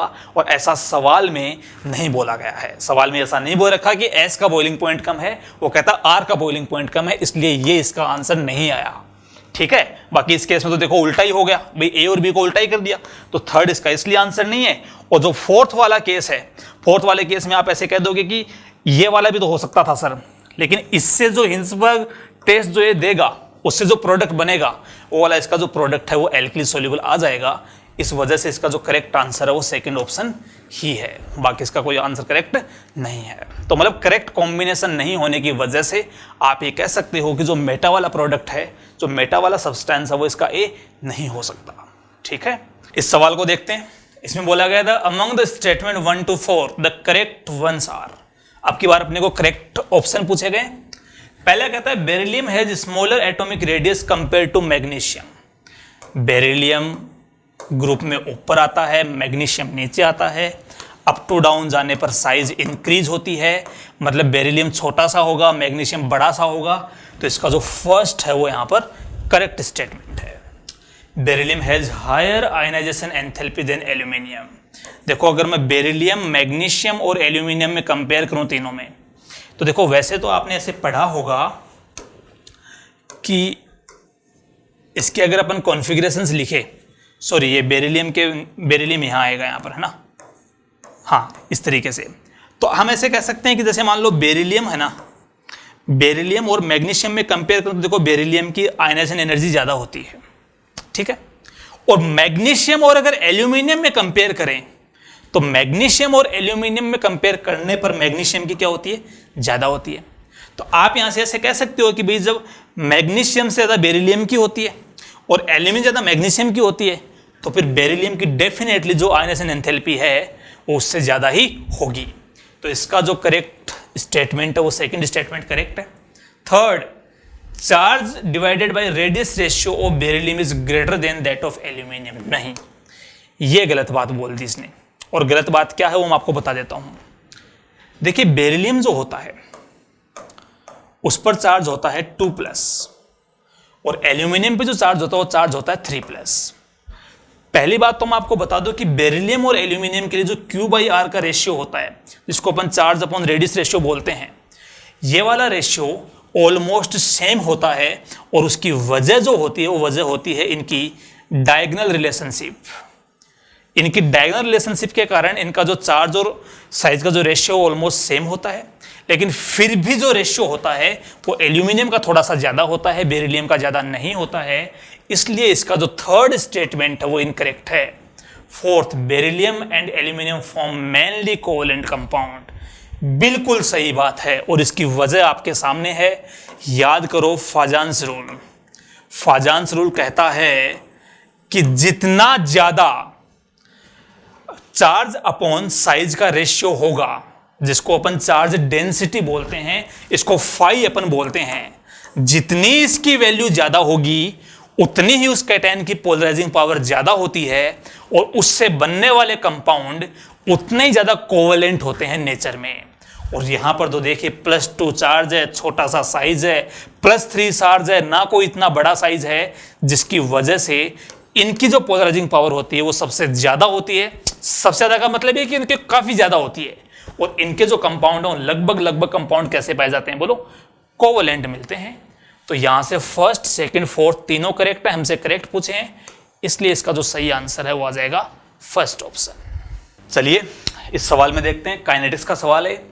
ये कहता है रिएक्शन है जिसमें 2A + 3B + 3/2C से 3P बन रहा है, कौन सा करेक्ट है? तो देखो आप डायरेक्ट यहां पर ऐसे कह सकते हो कि rate of disappearance of A divided by 2, rate of disappearance of B divided by 3 और rate of disappearance of C divided by 3/2, ये तीनों आपस में इक्वल होंगे। अरे यही तो होता है।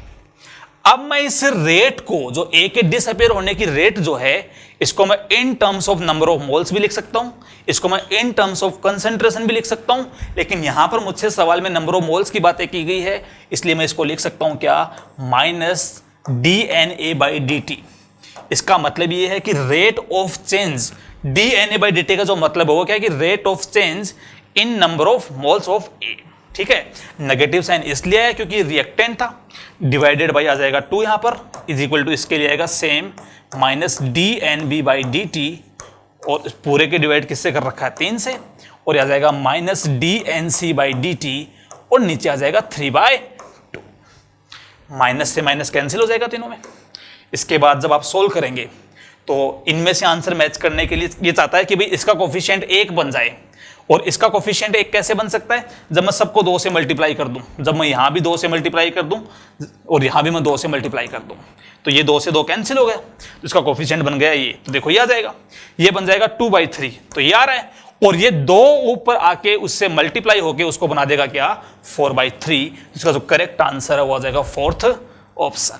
इस सवाल में आपको बोला गया है कि an ionic micelle is formed on the addition of, मतलब एक आयनिक मिसेल कैसे बनता है, किसके एडिशन से बनता है, ये आपको बताना है। तो सबसे पहले याद करो, मिसेल फॉर्मेशन तब होता था जब हाइड्रोफोबिक पार्ट जो है किसी भी मतलब कंपाउंड का, जो हाइड्रोफोबिक पार्ट था वो हाइड्रोफोबिक पार्ट एक जगह के इकट्ठे हो जाते थे। मतलब ये बात तो तय है कि जिसके पास हाइड्रोफोबिक पार्ट होगा उसी की टेंडेंसी होगी वहां पर मिसेल फॉर्मेशन की, और जिसका हाइड्रोफोबिक पार्ट जितना ज्यादा लंबा होता है उसकी ज्यादा टेंडेंसी होती है किसकी, मिसेल फॉर्मेशन की। तो अगर मैं यहां पर डायरेक्ट देखूं तो मुझे साफ साफ दिख रहा है कि ये वाला जो ऑप्शन है, सेकंड ऑप्शन, इसमें इसके पास देखो ये हाइड्रोफोबिक पार्ट है, ये हाइड्रोफिलिक पार्ट है। तो हाइड्रोफोबिक पार्ट होने की वजह से जो एल्काइल ग्रुप की जो चेन लेंथ है, जो चेन है, उसकी वजह से ये बना लेगा आयनिक मिसेल। तो इसका करेक्ट आंसर कौन सा हो जाएगा, सेकंड ऑप्शन। ठीक है, इस सवाल में 13th नंबर क्वेश्चन में आपको बोला गया है 100 ml of 0.1 molar HCl is taken in a beaker and to it 100 ml of 0.1 molar NaOH is added। तो इसके कहने का मतलब ये कि एक कंटेनर है, उस कंटेनर में क्या ले रखा है, कंटेनर में उसने लिया हुआ है 100 ml 0.1 मोलर HCl है। ठीक है, और उसके अंदर वो धीरे धीरे ऐड कर रहा है।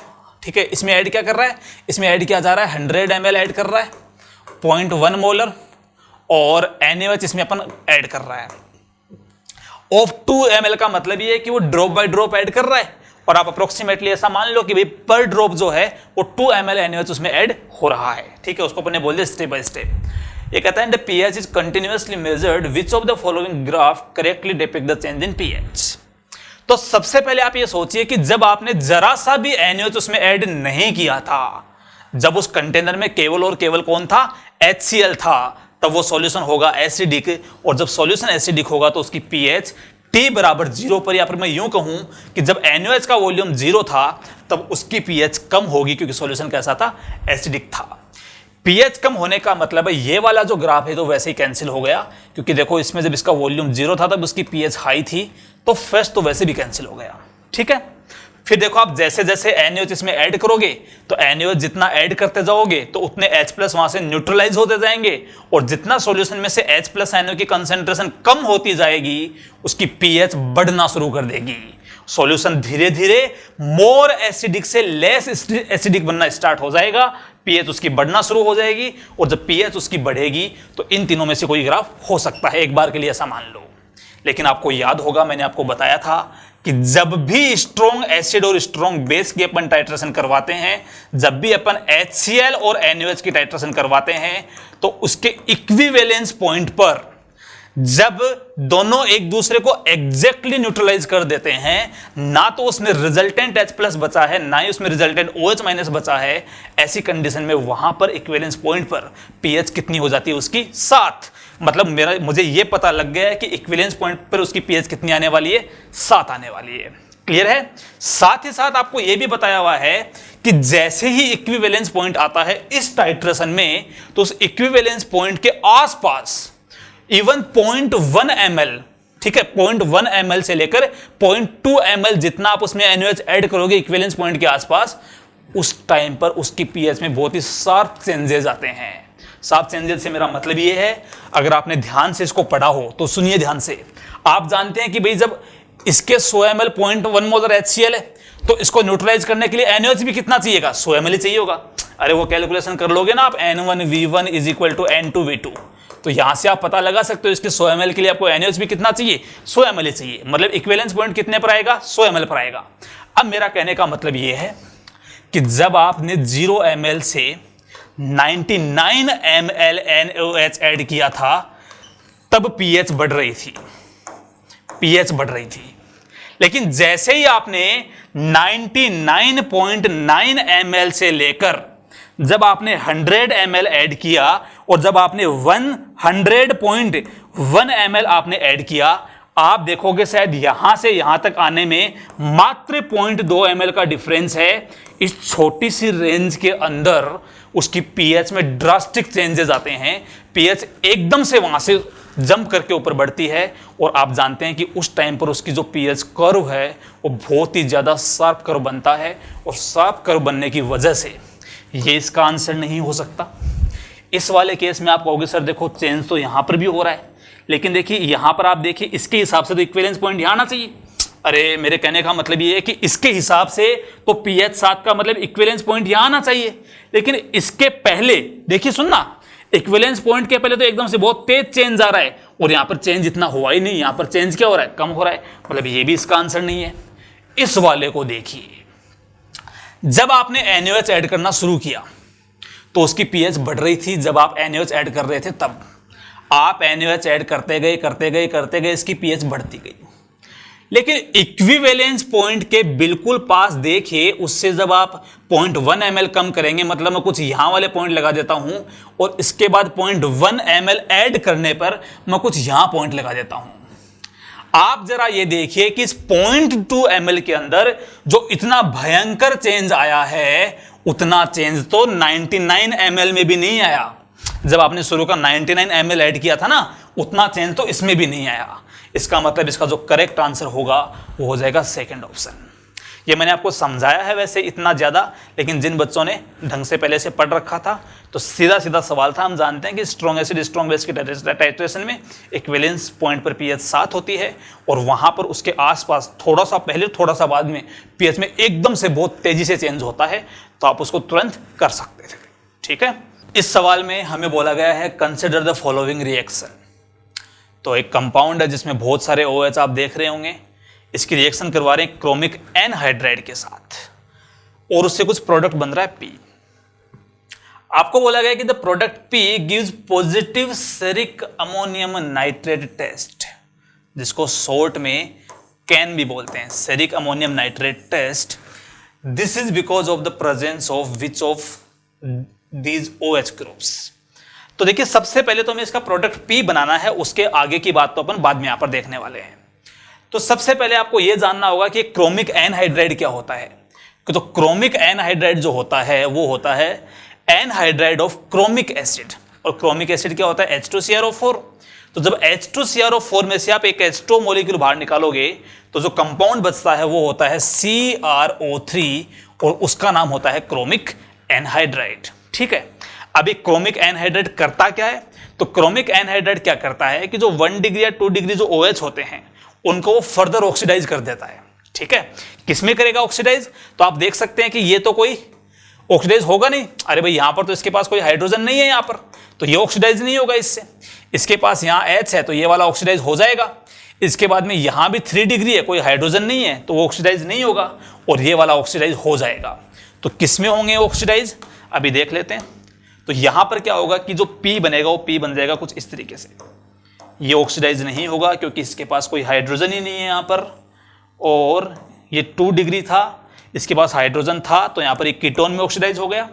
उसके बाद ये 3 डिग्री है, ऑक्सीडाइज नहीं हुआ। ये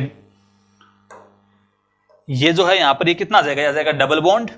उसके बाद में ये वाला 1 डिग्री था, यहाँ बन जाएगा एल्डिहाइड, तो ये बन जाएगा प्रोडक्ट P यहाँ पर। अब ये कहता है कि जो P है वो सेरिक अमोनियम नाइट्रेट टेस्ट देता है, तो उसकी वजह क्या है यहाँ पर, किसकी वजह से ये वाला टेस्ट दे रहा है? तो पहले तो मैं आपको बता दूं कि जो सेरिक अमोनियम नाइट्रेट जो होता है इसका खुद का जो कलर होता है वो येलो कलर होता है।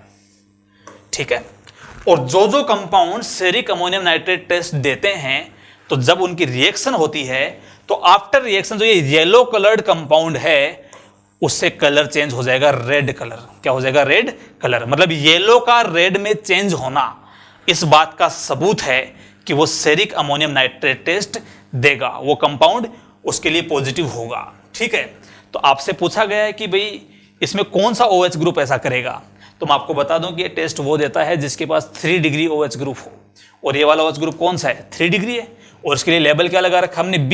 तो ये B वाले की वजह से कर रहा है, और B वाले की वजह से कर रहा है, मतलब इसका करेक्ट आंसर कौन सा होगा?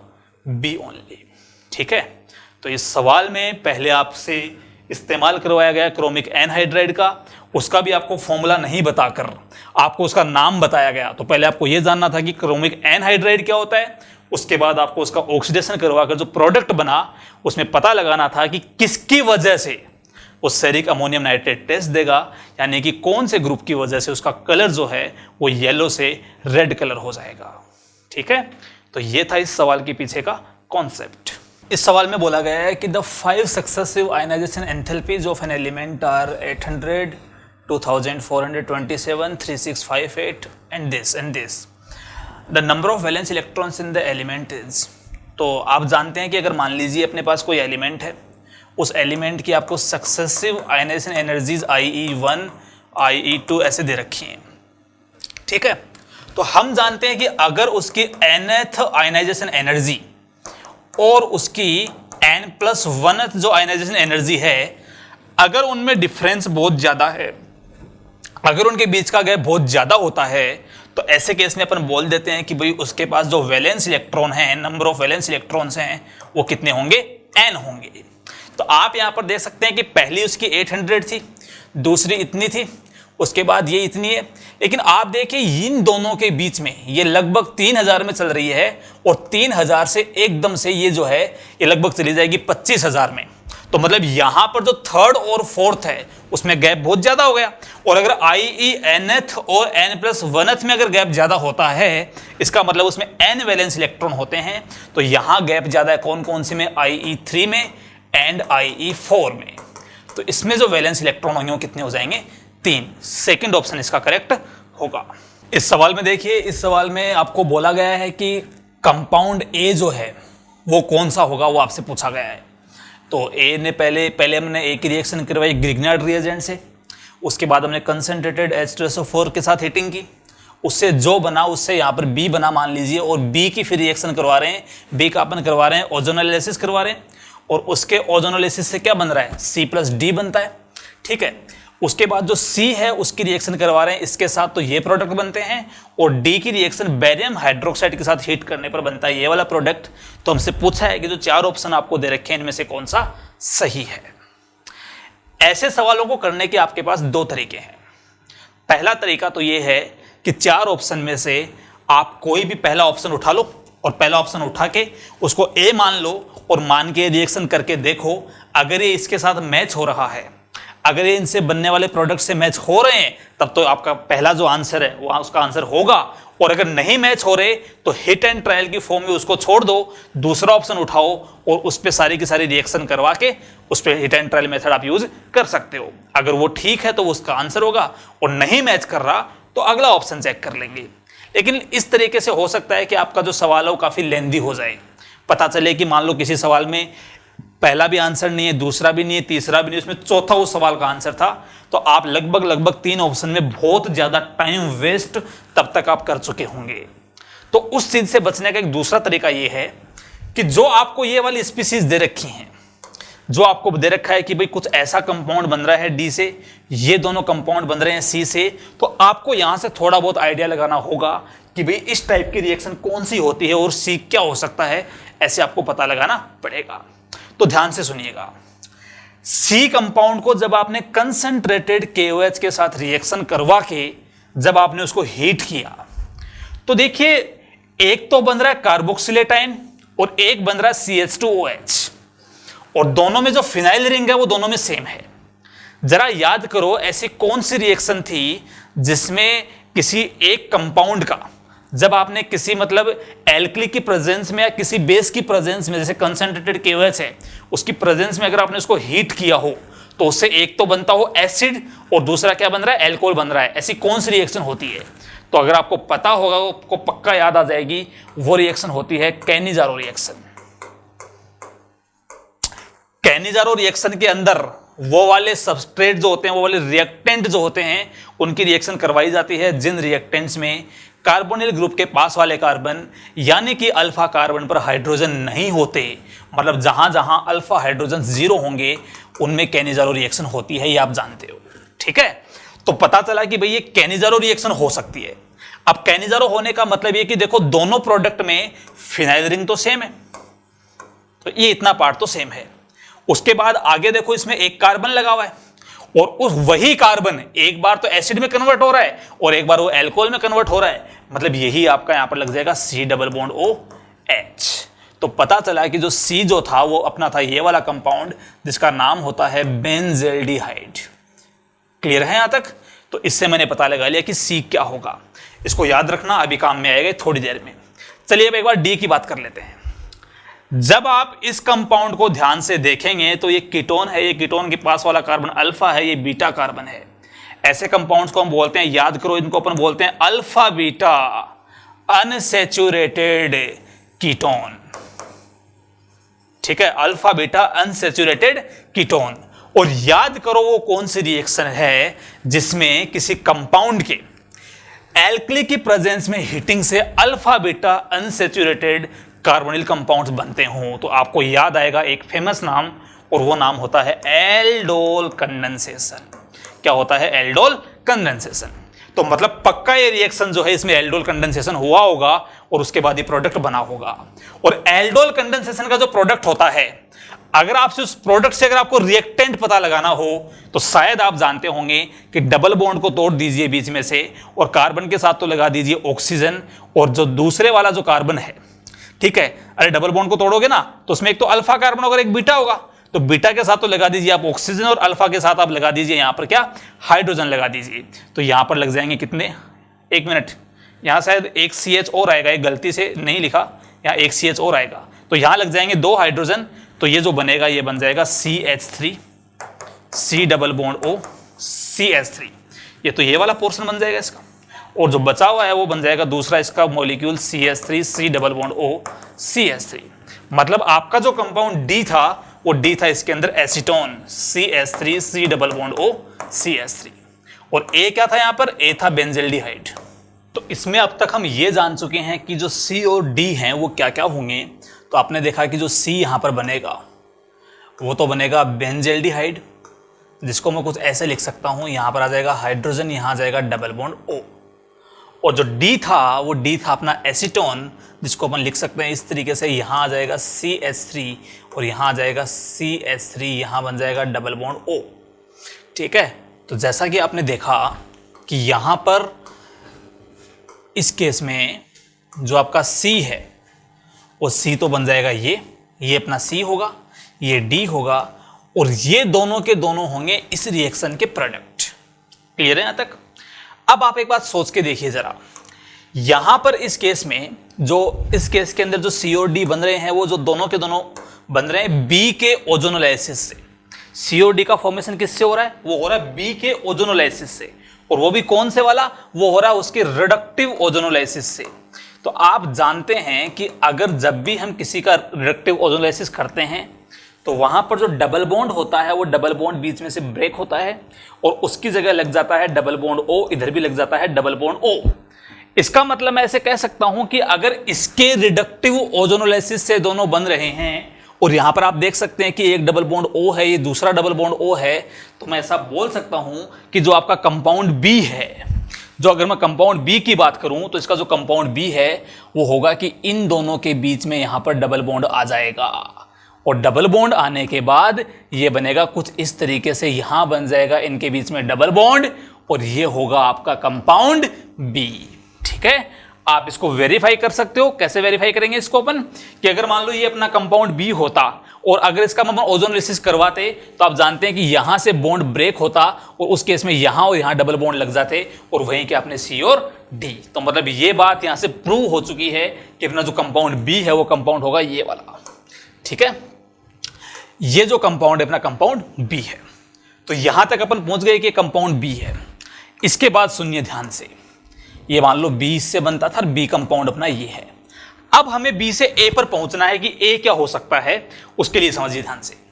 आपने किसी कंपाउंड A का पहले करवाया ग्रिग्नार्ड रिएक्शन से, ग्रिग्नार्ड रिएजेंट से आपने रिएक्शन करवाई, और फिर जब आप उसका कंसंट्रेटेड H2SO4 की प्रेजेंस में हीट किया तो हीट करने पर वहां पर उससे एल्किन का फॉर्मेशन हो रहा है। अरे भैया कि एल्किन है ना, तो आपके पास ये बात तो क्लियर है, आपने इतना तो सोच लिया होगा कि अगर किसी का कंसंट्रेटेड H2SO4 और हीट की प्रेजेंस में जब आप डिहाइड्रेशन करवाते हो और अगर उससे एल्किन बनती है तो मैं ऐसे कह सकता हूं कि ऐसा पॉसिबल है, ऐसा हुआ होगा कि ये जो दोनों के दोनों कार्बन हैं, इन दोनों कार्बन में से किसी एक पर OH ग्रुप लगा हुआ होगा, ऐसी पॉसिबिलिटी है। तो मैं ऐसे कह सकता हूं कि देखो OH ग्रुप जो है वो यहां हो सकता है और H यहां हो सकता है। ये भी पॉसिबिलिटी है कि मान लो ऐसा भी हो सकता है कि यहां पर कार्बन CH, यहां पर CCH3, CCH3, यहां OH लगा हो और यहां H लगा हो, ऐसा भी हो सकता है। तो मैं बात कर रहा हूं कि ये अपना B था, B से पहले जो यहां कौन सा आपका प्रोडक्ट बना था, मतलब A की पहली रिएक्शन से, वो इन दोनों में से कोई एक हो सकता है। मतलब इन दोनों में से कोई एक प्रोडक्ट बन सकता है जब आप A की रिएक्शन करवाओगे ग्रिग्नार्ड रिएजेंट से। क्लियर है यहां तक? अब हमें पता लगाना कौन सा, वो कौन से वाला हो सकता है। तो एक बार सुनिए, इसके लिए आप ऑप्शन देखिए। जब आप चारों ऑप्शन देखेंगे तो आपको पता चलेगा कि इसमें भी एक कीटोन ग्रुप है, यहां भी कीटोन ग्रुप है, यहां भी कीटोन ग्रुप है, यहां भी कीटोन ग्रुप है। मतलब डेफिनेटली जो अपना A है उसके अंदर कोई ना कोई कीटोन ग्रुप है। क्लियर है यहां तक? और जब आप किसी भी कीटोन ग्रुप की रिएक्शन करवाएंगे, ठीक है, जब अपन किसी कीटोन ग्रुप की रिएक्शन करवाएंगे ग्रिग्नार्ड रिएजेंट से और वो भी CH3 MgBr से, तो CH3 माइनस यहां अटैक करेगा और फिर वो OH बनेगा। मतलब ये बात क्लियर है कि कुछ हमें ऐसा A ढूंढना है जिस पर CH3 MgBr का अटैक करवाने पर OH उसी कार्बन पे है जहां पर CH3 लगा हो। तो इन दोनों में से देखिए, यहां OH तो है लेकिन इस कार्बन पर CH3 नहीं है, और इस कार्बन पर CH3 नहीं है, इसका मतलब ये उसका प्रोडक्ट नहीं हो सकता। डेफिनेटली उसका प्रोडक्ट ये है। तो हम अपन यहां तक पहुंच गए कि ये इसका प्रोडक्ट है। क्लियर है यहां तक? अब आप देख रहे हैं कि यहाँ OH है और यहाँ CH3 है, तो अगर मान लो ये वाला ग्रिग्नार्ड से आया हुआ CH3 होगा तो इसने यहाँ अटैक किया होगा और यहाँ पहले से कोई डबल बॉन्ड रहा होगा, और इससे मैं पता लगा सकता हूँ यहाँ पर सीधा सीधा ये CH3 हट गया, ये यहाँ पर OH हट गया, और ऐसे कह सकते हो कि यहाँ ना कोई डबल बॉन्ड रहा होगा। और यही अपना वो कंपाउंड है जो A है। जो करेक्ट आंसर है इसका ये वाला C6H5CH2C डबल बॉन्ड और CH3। जब आप इस पर इसको वेरीफाई करते हैं पूरे सवाल को फिर से, जब आप इस पर CH3 MgBr का अटैक कराएंगे तो यहां पर लग जाएगा CH3, ये बॉन्ड हट जाएगा, यहां से यहां बन जाएगा OH। जब आप इसका डिहाइड्रेशन करवाएंगे तो डिहाइड्रेशन करवाने पर क्या होगा? देखो, डिहाइड्रेशन करवाने पर ये वाला यहां से OH बाहर निकल जाएगा, OH बाहर निकलने से यहां पर आएगा पॉजिटिव चार्ज, वो पॉजिटिव चार्ज जो कार्बोकेटाइन जो है वो रीअरेंजमेंट करके यहां पर आ जाएगा पॉजिटिव चार्ज, और यहां हाइड्रोजन लग जाएगा ये वाला, फिर यहां बन जाएगा डबल बॉन्ड, तो ये आपकी एल्किन हो जाएगी। जब आप इस एल्किन का करवाओगे रिडक्टिव ओजोनोलाइसिस, तो यहां से बॉन्ड ब्रेक होगा, एक तो बनेगा बेंजल्डिहाइड, दूसरा बनेगा एसीटोन, वो आपके C और D होंगे। जो बेंजल्डिहाइड है उसकी जब आप रिएक्शन करवाएंगे कंसंट्रेटेड KOH के साथ और हीट करेंगे, तो बेंजल्डिहाइड के पास अल्फा हाइड्रोजन नहीं होने की वजह से वो कैनिजारो रिएक्शन शो करेगा और उससे बन जाएंगे ये दोनों प्रोडक्ट, ठीक है। और आपको जो एसीटोन बना था उस एसीटोन की रिएक्शन जब आप इससे करवाएंगे तो उसके पास अल्फा हाइड्रोजन होते हैं, वो एल्डोल कंडेंसेशन रिएक्शन शो कर सकता है, उससे बन जाएगा अल्फा बीटा अनसैचुरेटेड कीटोन। तो इस तरीके से हम पहुंच गए कि इसका आंसर कौन सा है, फोर्थ ऑप्शन है। क्लियर है सबको यहां तक? चलिए बात करते हैं इस क्वेश्चन की, ध्यान से सुनिएगा। इस क्वेश्चन के अंदर आपको बोला गया the decreasing order of reactivity of the following compounds towards nucleophilic substitution, यानी कि SN2 रिएक्शन। आपको 3-4 कंपाउंड दिए हुए हैं अलग अलग, सवाल में बोला गया है कि इसकी हम SN2 रिएक्शन करवा रहे हैं, SN2 टाइप, और पूछा गया है कि किसकी रिएक्टिविटी ज्यादा होगी, किसकी रिएक्टिविटी कम होगी टुवर्ड्स SN2 रिएक्शन, ठीक है। तो पहले आप एक बात समझिए, सुनिए ध्यान से।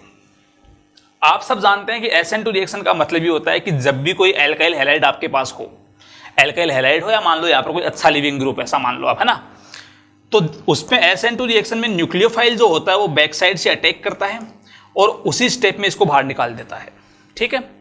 तो मुझे ये पता लगाना है कि ये वाला जो प्रोसेस हो रहा है कि न्यूक्लियोफाइल अटैक कर रहा है और लिविंग ग्रुप बाहर निकल रहा है, ये इन चारों में से किस केस में फास्ट होगा, किस केस में उसकी रिएक्टिविटी ज्यादा होगी, मुझे पता लगाना है।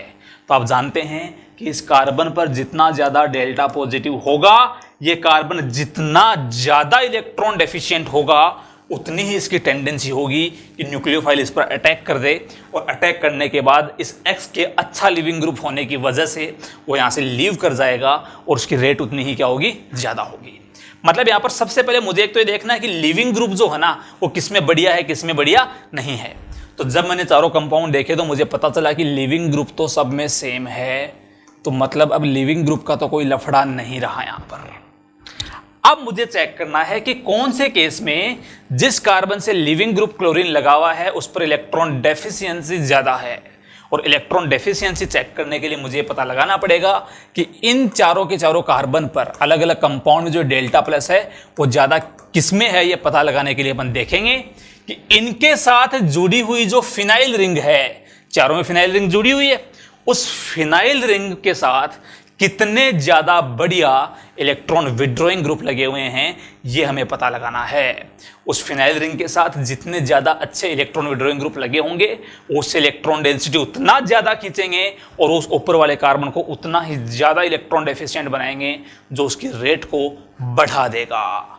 तो मुझे पता लगाना है कि भाई किसमें ज्यादा बढ़िया इलेक्ट्रॉन विड्रॉइंग ग्रुप यहाँ पर लगे हुए हैं। तो चलिए शुरू करते हैं। जैसा कि आप देख सकते हैं यहाँ पर इस पर तो कोई ग्रुप नहीं लगा, यहाँ NO2 लगा है। NO2 लगा है किस पर, ऑर्थो पर, मतलब इसके ऑर्थो पोजीशन पे लगा है, तो इसका -M इफेक्ट भी काम करेगा, इसका -I इफेक्ट भी काम करेगा।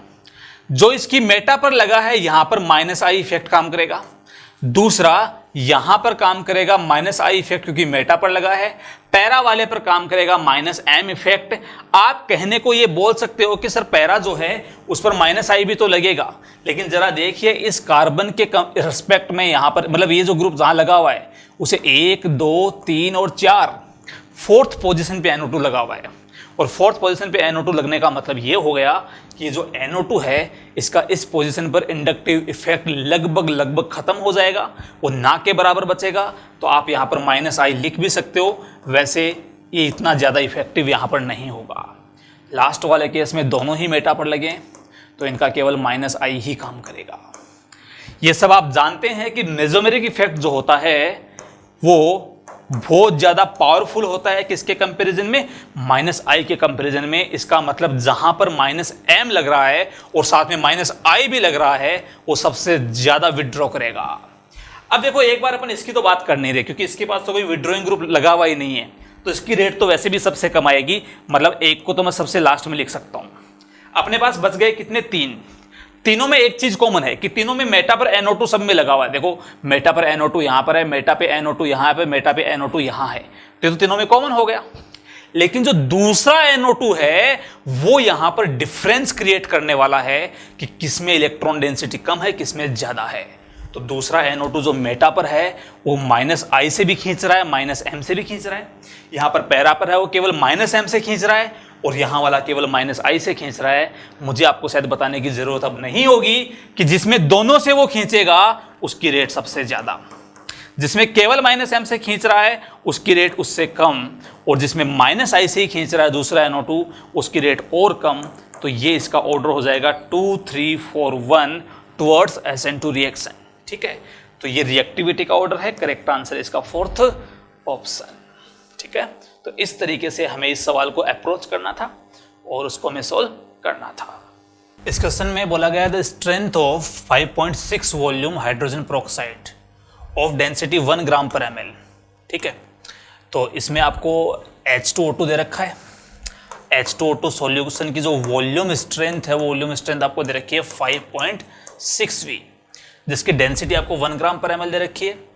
ठीक है, in terms of mass percentage and molarity respectively are. तो आपसे जो है ना, इसका मतलब H2O2 की वॉल्यूम स्ट्रेंथ आपको दे रखी है, डेंसिटी आपको दी हुई है, और आपसे पूछा गया है कि इसकी मोलरिटी क्या होगी और परसेंटेज W/W की वैल्यू क्या होगी, ये आपसे पूछा गया है। ठीक है, तो देखिए सबसे पहले तो आप जानते हैं कि वॉल्यूम स्ट्रेंथ जो होती है उस वॉल्यूम स्ट्रेंथ का फॉर्मूला होता है और वो होता है मोलरिटी इंटू 11.2। तो ऐसे मोलरिटी इज इक्वल टू कितना आएगा, वॉल्यूम स्ट्रेंथ अपॉन 11.2, और वॉल्यूम स्ट्रेंथ कितनी यहाँ पर 5.6 अपॉन 11.2। तो इसको सोल्व करेंगे तो ऐसे इसकी मोलरिटी आ जाएगी 0.5। ये जो m है ये m यहाँ पर बता रहा आपको मोलरिटी के बारे में। क्लियर है यहाँ तक? अब हमें चाहिए इसका परसेंटेज W/W। तो आप एक रिलेशन जानते हैं कि मैं ऐसे लिख सकता हूं कि मोलरिटी इज इक्वल टू, ऐसा बोल सकते हैं परसेंटेज W/W इनटू उसकी जो डेंसिटी है वो डेंसिटी इनटू उस सॉल्यूशन की, जब भी आप परसेंटेज W/W की बात कर रहे होते हैं, जब आपको दिया हुआ होता है तो उसके साथ में उसकी डेंसिटी को मल्टीप्लाई करते हैं, और डेंसिटी को मल्टीप्लाई करने के साथ साथ उसको अपन डिवाइड करते हैं उसके ग्राम मोलिकुलर मास से, उसके मोलर मास से। वो जो सब्सटेंस है उस सब्सटेंस के मोलर मास से उसको अपन डिवाइड भी कर देते हैं, और इनटू यहां पर होता है 10। तो मोलरिटी कितनी है, 0.5 है। परसेंटेज W/W हमें निकालना है इसका, इनटू डेंसिटी कितनी दे रखी है 1 इंटू 10 अपॉन यहां पर कितना आ जाएगा, मोलर मास H2O2 का होता है कितना 34। तो जब आप इसको सोल्व करेंगे तो यहां से परसेंटेज W/W की जो वैल्यू है वो वैल्यू आ जाएगी 1.7, और इसका करेक्ट आंसर कौन सा हो जाएगा, 3rd ऑप्शन। ठीक है, इस सवाल में समझिए, इसमें आपको बोला गया है कि आपको कुछ करेक्ट मैचिंग करवानी है। एक तरफ जो है वो आपको इसमें कुछ ड्रग्स दे रखे हैं, ये कुछ ड्रग्स आपको दिए हुए हैं यहाँ पर, और इस तरीके से इस तरफ आपको बोला हुआ है कि भाई ये जो ड्रग है ना वो मतलब उनकी एक्शन क्या क्या होती है उन ड्रग्स को यूज करने पर। तो ये एक मतलब थ्योरी का पार्ट है, इसमें कोई एक्सप्लेनेशन नहीं है। आपने अगर ढंग से पढ़ा होगा तो आप जानते हैं कि जैसे मान लो सबसे पहला जो है रेनिटिडिन जो है, जो सबसे पहला, इसको अपन यूज करते हैं एज ए एंटासिड। ठीक है, एंटासिड की तरह यूज करते हैं। दूसरा जो होता है, सेकंड जो होता है, जिसको अपन यहाँ पर बोला नार्डिल, ये होता है एंटी डिप्रेसेंट होता है, उसके लिए काम में आता है। थर्ड जो है इसका क्लोरामफेनिकोल जो होता है, थर्ड वाला, ये काम आता है एज ए एंटीबायोटिक। और जो फोर्थ आपका डाइमिटेन, वो काम आता है एज ए एंटीहिस्टामिन। ठीक है, तो इस तरीके से आपको 4 कंपाउंड दे रखे थे। तो फर्स्ट का डी, सेकंड का जो है वो ए होगा सेकंड का, और थर्ड का यहाँ पर क्या है, थर्ड का बी है, और फोर्थ का यहाँ पर क्या हो जाएगा, सी हो जाएगा। इसका करेक्ट आंसर कौन सा होगा, 4th ऑप्शन होगा। ठीक है, तो एक केमिस्ट्री इन एवरीडे लाइफ का एक सवाल था यहाँ पर, जिसमें फैक्ट बेस्ड था कि मतलब ये वाली ड्रग इसके लिए अपन यूज करते हैं। इस क्वेश्चन में जो है वो आपको बोला गया है the increasing order of reactivity of the following compounds in nucleophilic addition reaction. कुछ कंपाउंड्स आपको दे रखे हैं। कंपाउंड पहला है प्रोपेनल, प्रोपेनल का मतलब ये हो गया आपका प्रोपेनल। दूसरा कंपाउंड है benzaldehyde, C6H5 C double bond OH। Third है propanone, this is propanone, and fourth है ब्यूटेनोन। ठीक है, आपसे पूछा जा रहा है कि अगर इन पर अपन करवाएं न्यूक्लियोफिलिक एडिशन, मतलब एक न्यूक्लियोफिल न्यूक्लियोफाइल यहाँ आकर अटैक करे, ये यहाँ से निकल जाए। अगर यहाँ, यहाँ और यहाँ अगर हम न्यूक्लियोफिलिक एडिशन करवाएं तो किसकी जो रेट है वो ज़्यादा होगी, या हमें इनको अरेंज करना है उसके रेट के डिक्रीजिंग ऑर्डर में। ठीक है, अब सुनिएगा ध्यान से। आप जानते हैं कि इस कार्बोनिल कार्बन पर जितने ज़्यादा इलेक्ट्रॉन डेफिशिएंसी और जितनी कम क्राउडिंग होती है उतनी ही ज़्यादा अच्छी टेंडेंसी होती है वहाँ पर न्यूक्लियोफिलिक एडिशन की, उसकी रेट भी उतनी ही ज़्यादा होती है। और आप जानते हैं कि इस मामले में जो सबसे आगे होते हैं वो सबसे ज़्यादा रिएक्टिविटी एल्डिहाइड की होती है, फिर कीटोन की होती है। तो अगर मैं एल्डिहाइड में इन दोनों में बात करूं कि इनमें से किसकी ज़्यादा होगी, तो आप जानते हैं कि यहाँ पर बेंजीन रिंग की वजह से, यहाँ बेंजीन रिंग होने के कारण ये इसके साथ कॉन्जुगेशन में होता है, जिसकी वजह से प्रोपेनल की जो रेट है वो रेट ज़्यादा होगी। तो सबसे ज़्यादा रेट होती है यहाँ पर प्रोपेनल की, देन यहाँ पर कौन आएगा, बेंजल्डिहाइड। ये तो हमने एल्डिहाइड में कंपेरिजन कर लिया। अब बात करूं अगर मैं कीटोन्स की, तो कीटोन में आप देख सकते हैं कि यहां जो इस केस में है इसके पास दोनों तरफ से इसको इलेक्ट्रॉन डेंसिटी मिल रही है, लेकिन यहां पर इस तरफ कौन सा ग्रुप लगा हुआ है, इथाइल ग्रुप लगा हुआ है। इधर कौन सा लगा हुआ है, मिथाइल। तो इथाइल का जो प्लस आई है वो ज्यादा स्ट्रॉन्ग होगा, और अगर इसका प्लस आई ज्यादा स्ट्रॉन्ग है तो आप कह सकते हैं कि इस केस में इस कार्बन पर कम इलेक्ट्रॉन डेफिशिएंसी होगी इसके कंपैरिजन में। तो सबसे ज्यादा प्रोपेनल, देन बेंजल्डिहाइड, और इन दोनों में से इलेक्ट्रॉन डेफिशिएंसी जो है वो इस कार्बन पर ज्यादा होगी, इसलिए फिर आएगा अपना कौन सा, प्रोपेनॉन, और सबसे लास्ट में कौन आ जाएगा, ब्यूटेनॉन। ये होगा इसका करेक्ट आंसर। इस क्वेश्चन में आपको बोला गया है कि आपको the number of C double bond O groups present in A tripeptide.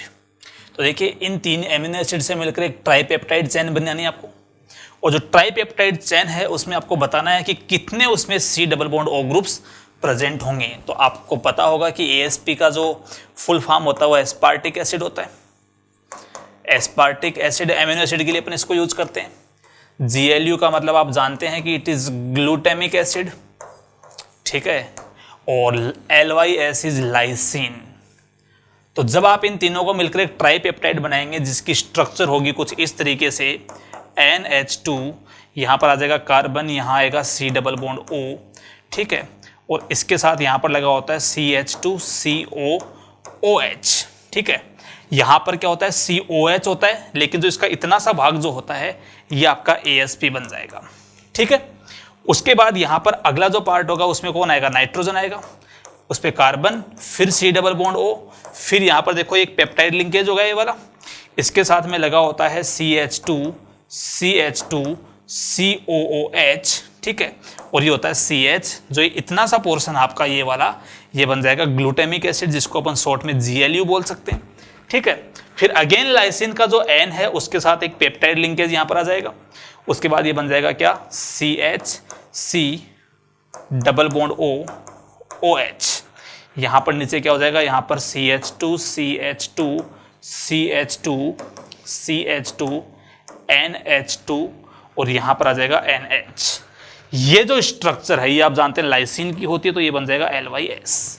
तो फटाफट काउंट कर लेते हैं कि इसमें कितने C double bond O group present है।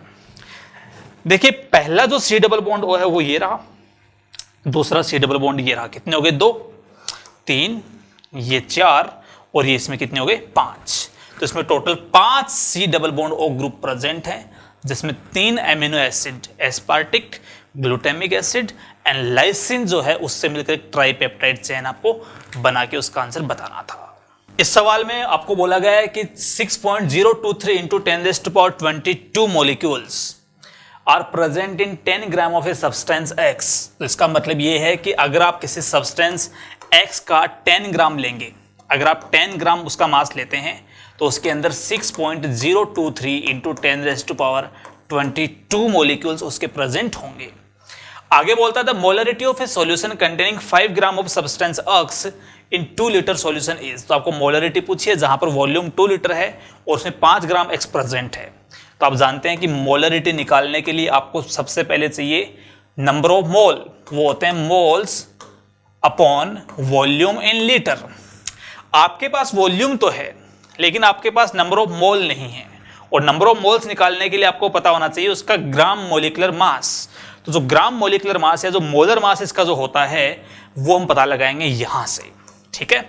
आप जानते हैं कि अगर 6.023 into 10⁻22 पार्टिकल्स जो हैं उनका मास अगर 10 ग्राम है तो मैं से कह सकता हूं कि एक सिंगल पार्टिकल का मास कितना होगा, वो हो जाएगा 10/6.023 इंटू 10⁻²2।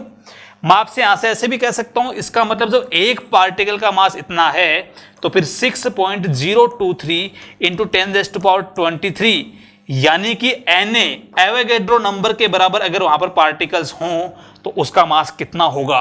तो इसके लिए इसको अपन इससे मल्टीप्लाई कर देंगे, ये बन जाएगा 023 इंटू 10⁻23, ये इससे कट जाएगा, यहां पर बचेगा 10 और आ जाएगा 100। इसका मतलब अगर आप उस सब्सटेंस के Na पार्टिकल्स लेंगे, अगर आप उसके Na मॉलिक्यूल्स लेंगे तो उसका जो मास आएगा वो 100 ग्राम आएगा। और Na मॉलिक्यूल्स के मास को ही अपन क्या बोलते हैं, एक मोल का मास, यानी कि उसका मोलर मास। तो मतलब यहां से इसका मोलर मास कितना आ जाएगा, 100। अब आंसर निकाल लो यहां से। तो उसका मास आपको दे रखा है 5 ग्राम, मोलर मास हमने अभी भी निकाला 100 होगा, वॉल्यूम 2 लीटर है। जब आप इसको सोल्व करेंगे यहां से तो सोल्व करने पर ये बन जाएगा आई थिंक 2.5, ठीक है, इंटू बनेगा 10⁻⁻²। अब ये कहता है कि अगर उसकी मोलरिटी कुछ इस तरीके से हो कि मान लो आप अगर इसको इसमें कन्वर्ट कर लो तो ये बन जाएगा, देखो कितना, ये बनेगा 25 इंटू 10⁻³ तो ये कहता है कि इसकी मोलरिटी इतनी है, तो यहां जो है ना इसकी वैल्यू कितनी है, तो इसकी वैल्यू आप देख सकते हैं यहां से कितनी आ जाएगी, 25 आ जाएगी। तो इस सवाल में सिंपली आपसे मोलरिटी पूछी गई थी, लेकिन एक थोड़ा सा इसमें ट्विस्ट ये था कि आपको पहले उसका मोलर मास कैलकुलेट करना था और आप वहां से उसकी मोलरिटी कैलकुलेट कर सकते हैं। इस सवाल में बोला गया है कि an acidic solution of dichromate is electrolysed for 8 minutes using 2 ampere current. इसका मतलब एक कंटेनर है, कंटेनर में डाइक्रोमेट सॉल्यूशन आपने लिया हुआ है, उस कंटेनर में डाइक्रोमेट सॉल्यूशन हमने ले रखा है, ठीक है। उसका इलेक्ट्रोड्स का इस्तेमाल करते हुए बाहर से अपन लाइट इसमें सप्लाई कर रहे हैं और 8 मिनट तक 2 एम्पियर की करंट इसमें हमने फ्लो करवाई है। तो जिससे कहता है कि भाई उस इलेक्ट्रोड पर जो Cr3+, आप देख रहे हैं रिएक्शन, आप यहां से देख सकते हैं, जो इलेक्ट्रोड पर जो Cr3+ बन रहा है उसकी अमाउंट इतनी बन रही है। आपसे पूछा था efficiency of the process is, मतलब उस प्रोसेस की जो एफिशिएंसी है वो कितनी होगी वो आपको बताना है, ठीक है। और F की वैल्यू 96,500 यूज नहीं करके आपको 96,000 लेनी, जिससे कि कैलकुलेशन इजी हो जाए, ठीक है। तो सबसे पहले मैं यहां पर निकाल रहा हूं चार्ज, कि चार्ज कितना फ्लो करवाया। तो देखो करंट कितनी है यहाँ पर 2 एम्पियर, टाइम 8 मिनट है, सेकंड में कन्वर्ट करोगे तो यहाँ पर कितना आ जाएगा, 60 आ जाएगा। जब आप इसको सोल्व करेंगे तो यहाँ से चार्ज आ जाएगा आपके पास में 960 कूलाम। कितना आएगा, 960 कूलाम। ये क्या हो गया, चार्ज हो गया। अब मान लो मुझे यहाँ से पता लगाना है कि भाई कितना क्रोमियम 3+, मेरी बात ध्यान से सुनना, क्रोमियम 3+ का कितना वेट जो है वो उस पर जाके डिपॉजिट होना चाहिए था, ये मान लो मुझे पता लगाना है। और कब, जब आपने उसमें इतना चार्ज फ्लो करवाया तो उसमें कितना जाके वहां पर डिपॉजिट होना चाहिए था, ठीक है। तो यहां पर आप फॉर्मूला लगा सकते हो, Q = N into N factor into F। Charge आपको जो Q है वो दे रखा है 960, नंबर ऑफ मोल्स जो हैं उसके लिए मैंने मान लिया कि जो W ग्राम क्रोमियम 3+ वहां जाके डिपॉजिट हुआ है, अपॉन क्रोमियम का मोलर मास मुझे 52 दे रखा है यहां से, इंटू N फैक्टर। अब बात की कि N फैक्टर किसका लें, तो यहां पर अपन किसके मास की बात कर रहे हैं, क्रोमियम 3+ के लिए। इसका मतलब N फैक्टर भी किसका लेंगे अपन, क्रोमियम 3+ का ही N फैक्टर लेंगे। और आप देख सकते हैं यहां पर क्रोमियम जो है वो +6 में, ये क्रोमियम +3 में है। तो मतलब क्रोमियम में 6 से 3 में आने का मतलब है कि 3 का चेंज हो रहा है, और जब 3 का चेंज होगा तो इसका N फैक्टर यहां से आ जाएगा 3। तो यहां आ जाएगा इंटू 3 इंटू F की वैल्यू 96,000 आपको यूज करनी है। तो आप देख सकते हैं कि यहां से इजीली मतलब कैंसिल हो जाएगा। जब आप इसको सोल्व करेंगे तो यहां से जो W की वैल्यू आएगी वो आनी चाहिए 0.173 ग्राम अप्रोक्स। इसका मतलब ये है कि जब आपने इस सॉल्यूशन में 2 एम्पियर की करंट 8 मिनट तक उसके अंदर फ्लो करवाई तो उसके फ्लो से इतना क्रोमियम जो है वो डिपॉजिट होना चाहिए था, इतना क्रोमियम 3+ बनना चाहिए था। कब, जब आप इसको थ्योरेटिकली ऐसा मान रहे हो कि उसकी एफिशिएंसी 100% है, इतना होना चाहिए था।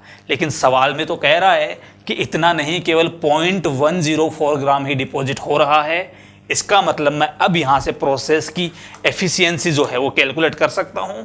तो अब मैं कह दूंगा कि परसेंटेज नीटा यानी कि efficiency is equal to W theoretical upon W actual. Sorry एक मिनट ही उल्टा लिख दिया मैंने। डब्ल्यू एक्चुअल ऊपर आ जाएगा, थ्योरेटिकल नीचे आएगा, तो ये बन जाएगा W actual upon W theoretical into यहां पर कितना आ जाएगा 100। एक्चुअल में कितना डिपॉजिट हो रहा है तो आप देख रहे हैं वो हो रहा है 0.104, ठीक है। और थ्योरेटिकली हमने अभी भी कितना कैलकुलेट किया, वो आया था अप्रोक्स कितना 0.173 या 17 के उसके आसपास आया था।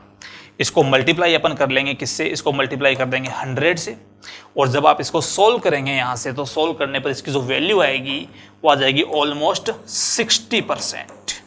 तो ये आ जाएगी इसकी एफिशिएंसी कितनी 60%। क्लियर है यहां तक? तो इस तरीके से आपको ये वाला सवाल करना था। अगला सवाल सुनिए भाई, इसमें बोला गया the volume in ml of 0.1 normal NaOH required to neutralize 10 ml of 0.1 normal phosphinic acid is. सबसे पहले ये जो फॉस्फेनिक एसिड है इसके बारे में आपको पता होना चाहिए था कि किसको बोलते हैं। तो फॉस्फेनिक एसिड जो होता है उसका दूसरा नाम होता है हाइपो फॉस्फोरस एसिड, जिसका फॉर्मूला होता है H3PO2। इसकी रिएक्शन करवाई जा रही है NaOH के साथ। तो आपको पता है कि ये वाला बिहेव करेगा एज ए बेस और ये एज ए एसिड बिहेव करेगा। तो एसिड बेस रिएक्शन होके यहां बन जाएगा NaH2PO2 प्लस बन जाएगा H2O। आपसे पूछा गया है कि इस फॉस्फेनिक एसिड का अगर 0.1 नॉर्मल हो और उसका 10 ml हो, इसका 0.1 नॉर्मल और अगर 10 ml हो तो इसके 0.1 नॉर्मल का कितना वॉल्यूम रिक्वायर्ड होगा वो आपसे पूछा गया है, और वो भी ml में कितना चाहिए होगा वो आपसे पूछा गया है। सिंपल सा कॉन्सेप्ट अपने पास, क्या NaOH के gram equivalent equal to H3PO2 के ग्राम इक्विवेलेंट। यहां E का मतलब है ग्राम इक्विवेलेंट से, ठीक है। क्यों? क्योंकि जब इक्विवेलेंस पॉइंट आएगा तब दोनों एक दूसरे को एग्जैक्टली न्यूट्रलाइज कर देंगे और उस टाइम पर दोनों के ग्राम इक्विवेलेंट इक्वल होंगे, ठीक है। आप जानते हैं इसको आप ऐसे भी लिख सकते हो N1V1 बराबर क्या लिख सकते हो N2V2। तो NaOH की नॉर्मलिटी 0.1 है, वॉल्यूम ml में पता लगाना आपको, इसलिए मैं एक बार इसको V ले लेता हूं और V यहां पर किस में है बोलो ml में, ठीक है, इज इक्वल टू N2 यहां से कितना आएगा N2 जो है इसकी जो नॉर्मलिटी है वो भी 0.1 ही है और इसका वॉल्यूम आपको 10 ml दे रखा है, इससे कैंसिल हो जाएगा। तो यहां से इसका 10 ml वॉल्यूम जो है वो रिक्वायर्ड होगा किसका NaOH का, इसके कंप्लीट न्यूट्रलाइजेशन के लिए। इसका आंसर आ जाएगा यहां से 10। इस सवाल को समझिए क्या कहना चाह रहा है, सुनिए ध्यान से। If 250 centimetre of an aqueous solution containing 0.73 gram of A protein A, मतलब टोटल वॉल्यूम 250 ml, जिसके अंदर 0.73 ग्राम प्रेजेंट है किसका, वो इसके अंदर रखा हुआ है प्रोटीन A का, ठीक है। प्रोटीन A इसमें सोल्यूट है। Is isotonic with 1 litre of another aqueous solution, इसका वॉल्यूम 1 लीटर है जिसके अंदर 1.65 ग्राम प्रोटीन B यहां पर मौजूद है, ठीक है। और ये दोनों आइसोटोनिक हैं, मतलब अगर इसका ऑस्मोटिक प्रेशर में π1 बोल दूं, इसका ऑस्मोटिक प्रेशर में π1 नहीं πA πB बोल देते हैं, तो वो आपस में इक्वल होंगे, क्योंकि आइसोटोनिक का मतलब ही ये होता है। तो आपसे पूछा गया है कि 298 केल्विन पर उनके मॉलिक्यूलर मासेस का रेशियो क्या होगा। तो आपसे ये पूछा गया है कि MA/MB की जो वैल्यू है वो वैल्यू क्या होगी, ठीक है, ये आपसे पूछा गया है। और साथ में बोला है कि अगर मान लो कहीं पर डेसिमल में आया आंसर तो आपको नियरेस्ट इंटीजर में उसका आंसर बताना है। तो कोई बात नहीं, डायरेक्ट अपन फॉर्मूला लगा देते हैं यहां पर। सुनिए ध्यान से, आइसोटोनिक के लिए फॉर्मूला आप जानते हैं, तो मैं बोल दूंगा कि πA is equal to πB। Pi is equal to क्या होता है, पाई इज इक्वल टू होता है ICRT। तो मैं बोल दूंगा यहां से A की कंसेंट्रेशन R इंटू टेम्परेचर दोनों के लिए सेम है, IB इंटू CB RT से RT क्या हो जाएगा, कैंसिल हो जाएगा। अब प्रोटीन जो होते हैं उन प्रोटीन्स के लिए आप जानते हैं कि वेंटो फैक्टर I है वो क्या होगा 1 होगा, क्योंकि यहाँ पर ना तो हमें कुछ बताया हो, कोई इन्फॉर्मेशन दे रखी है कि वो एसोसिएट होंगे या डिसोसिएट होंगे, और जनरली प्रोटीन्स के लिए आई की वैल्यू 1 ही होती है, इसलिए ये भी यहाँ से हट जाएंगे। तो अपने पास इक्वेशन बची Ca is equal to Cb। अब ए की जो कॉन्सेंट्रेशन है वो कितनी होगी, ध्यान से सुनिए। तो ए का मास था 0.73, उसका मोलर मास मैंने Ma मान लिया, इनटू उसका वॉल्यूम था 250 ml, तो ऊपर आ जाएगा 1000 इज इक्वल टू बी जो है, बी का मास था 1.65 upon molar mass of B, और इसका वॉल्यूम आपको 1 लीटर दे रखा है, इसलिए अपने इनटू कितना जाएगा नीचे 1। तो जब आप सोल्व करेंगे यहां से तो Ma upon Mb is equal to कितना आएगा, यहां से आ जाएगा 1.65 अपॉन आएगा 0.73, ठीक है। और ये यहां पर देखो, ये इससे कितना हो जाएगा, ये 4 टाइम्स कैंसिल हो जाएगा, तो यहां पर इनटू कितना आ जाएगा 4। आप इसको जब सोल्व करेंगे यहां से तो इसकी जो वैल्यू आएगी वो वैल्यू आ जाएगी अप्रोक्स, एक मिनट 73, ये जाएगा उस पर, एक मिनट, ये 1.65, ये शायद उल्टा लिख दिया है मैंने, इसको उल्टा लिख दिया है,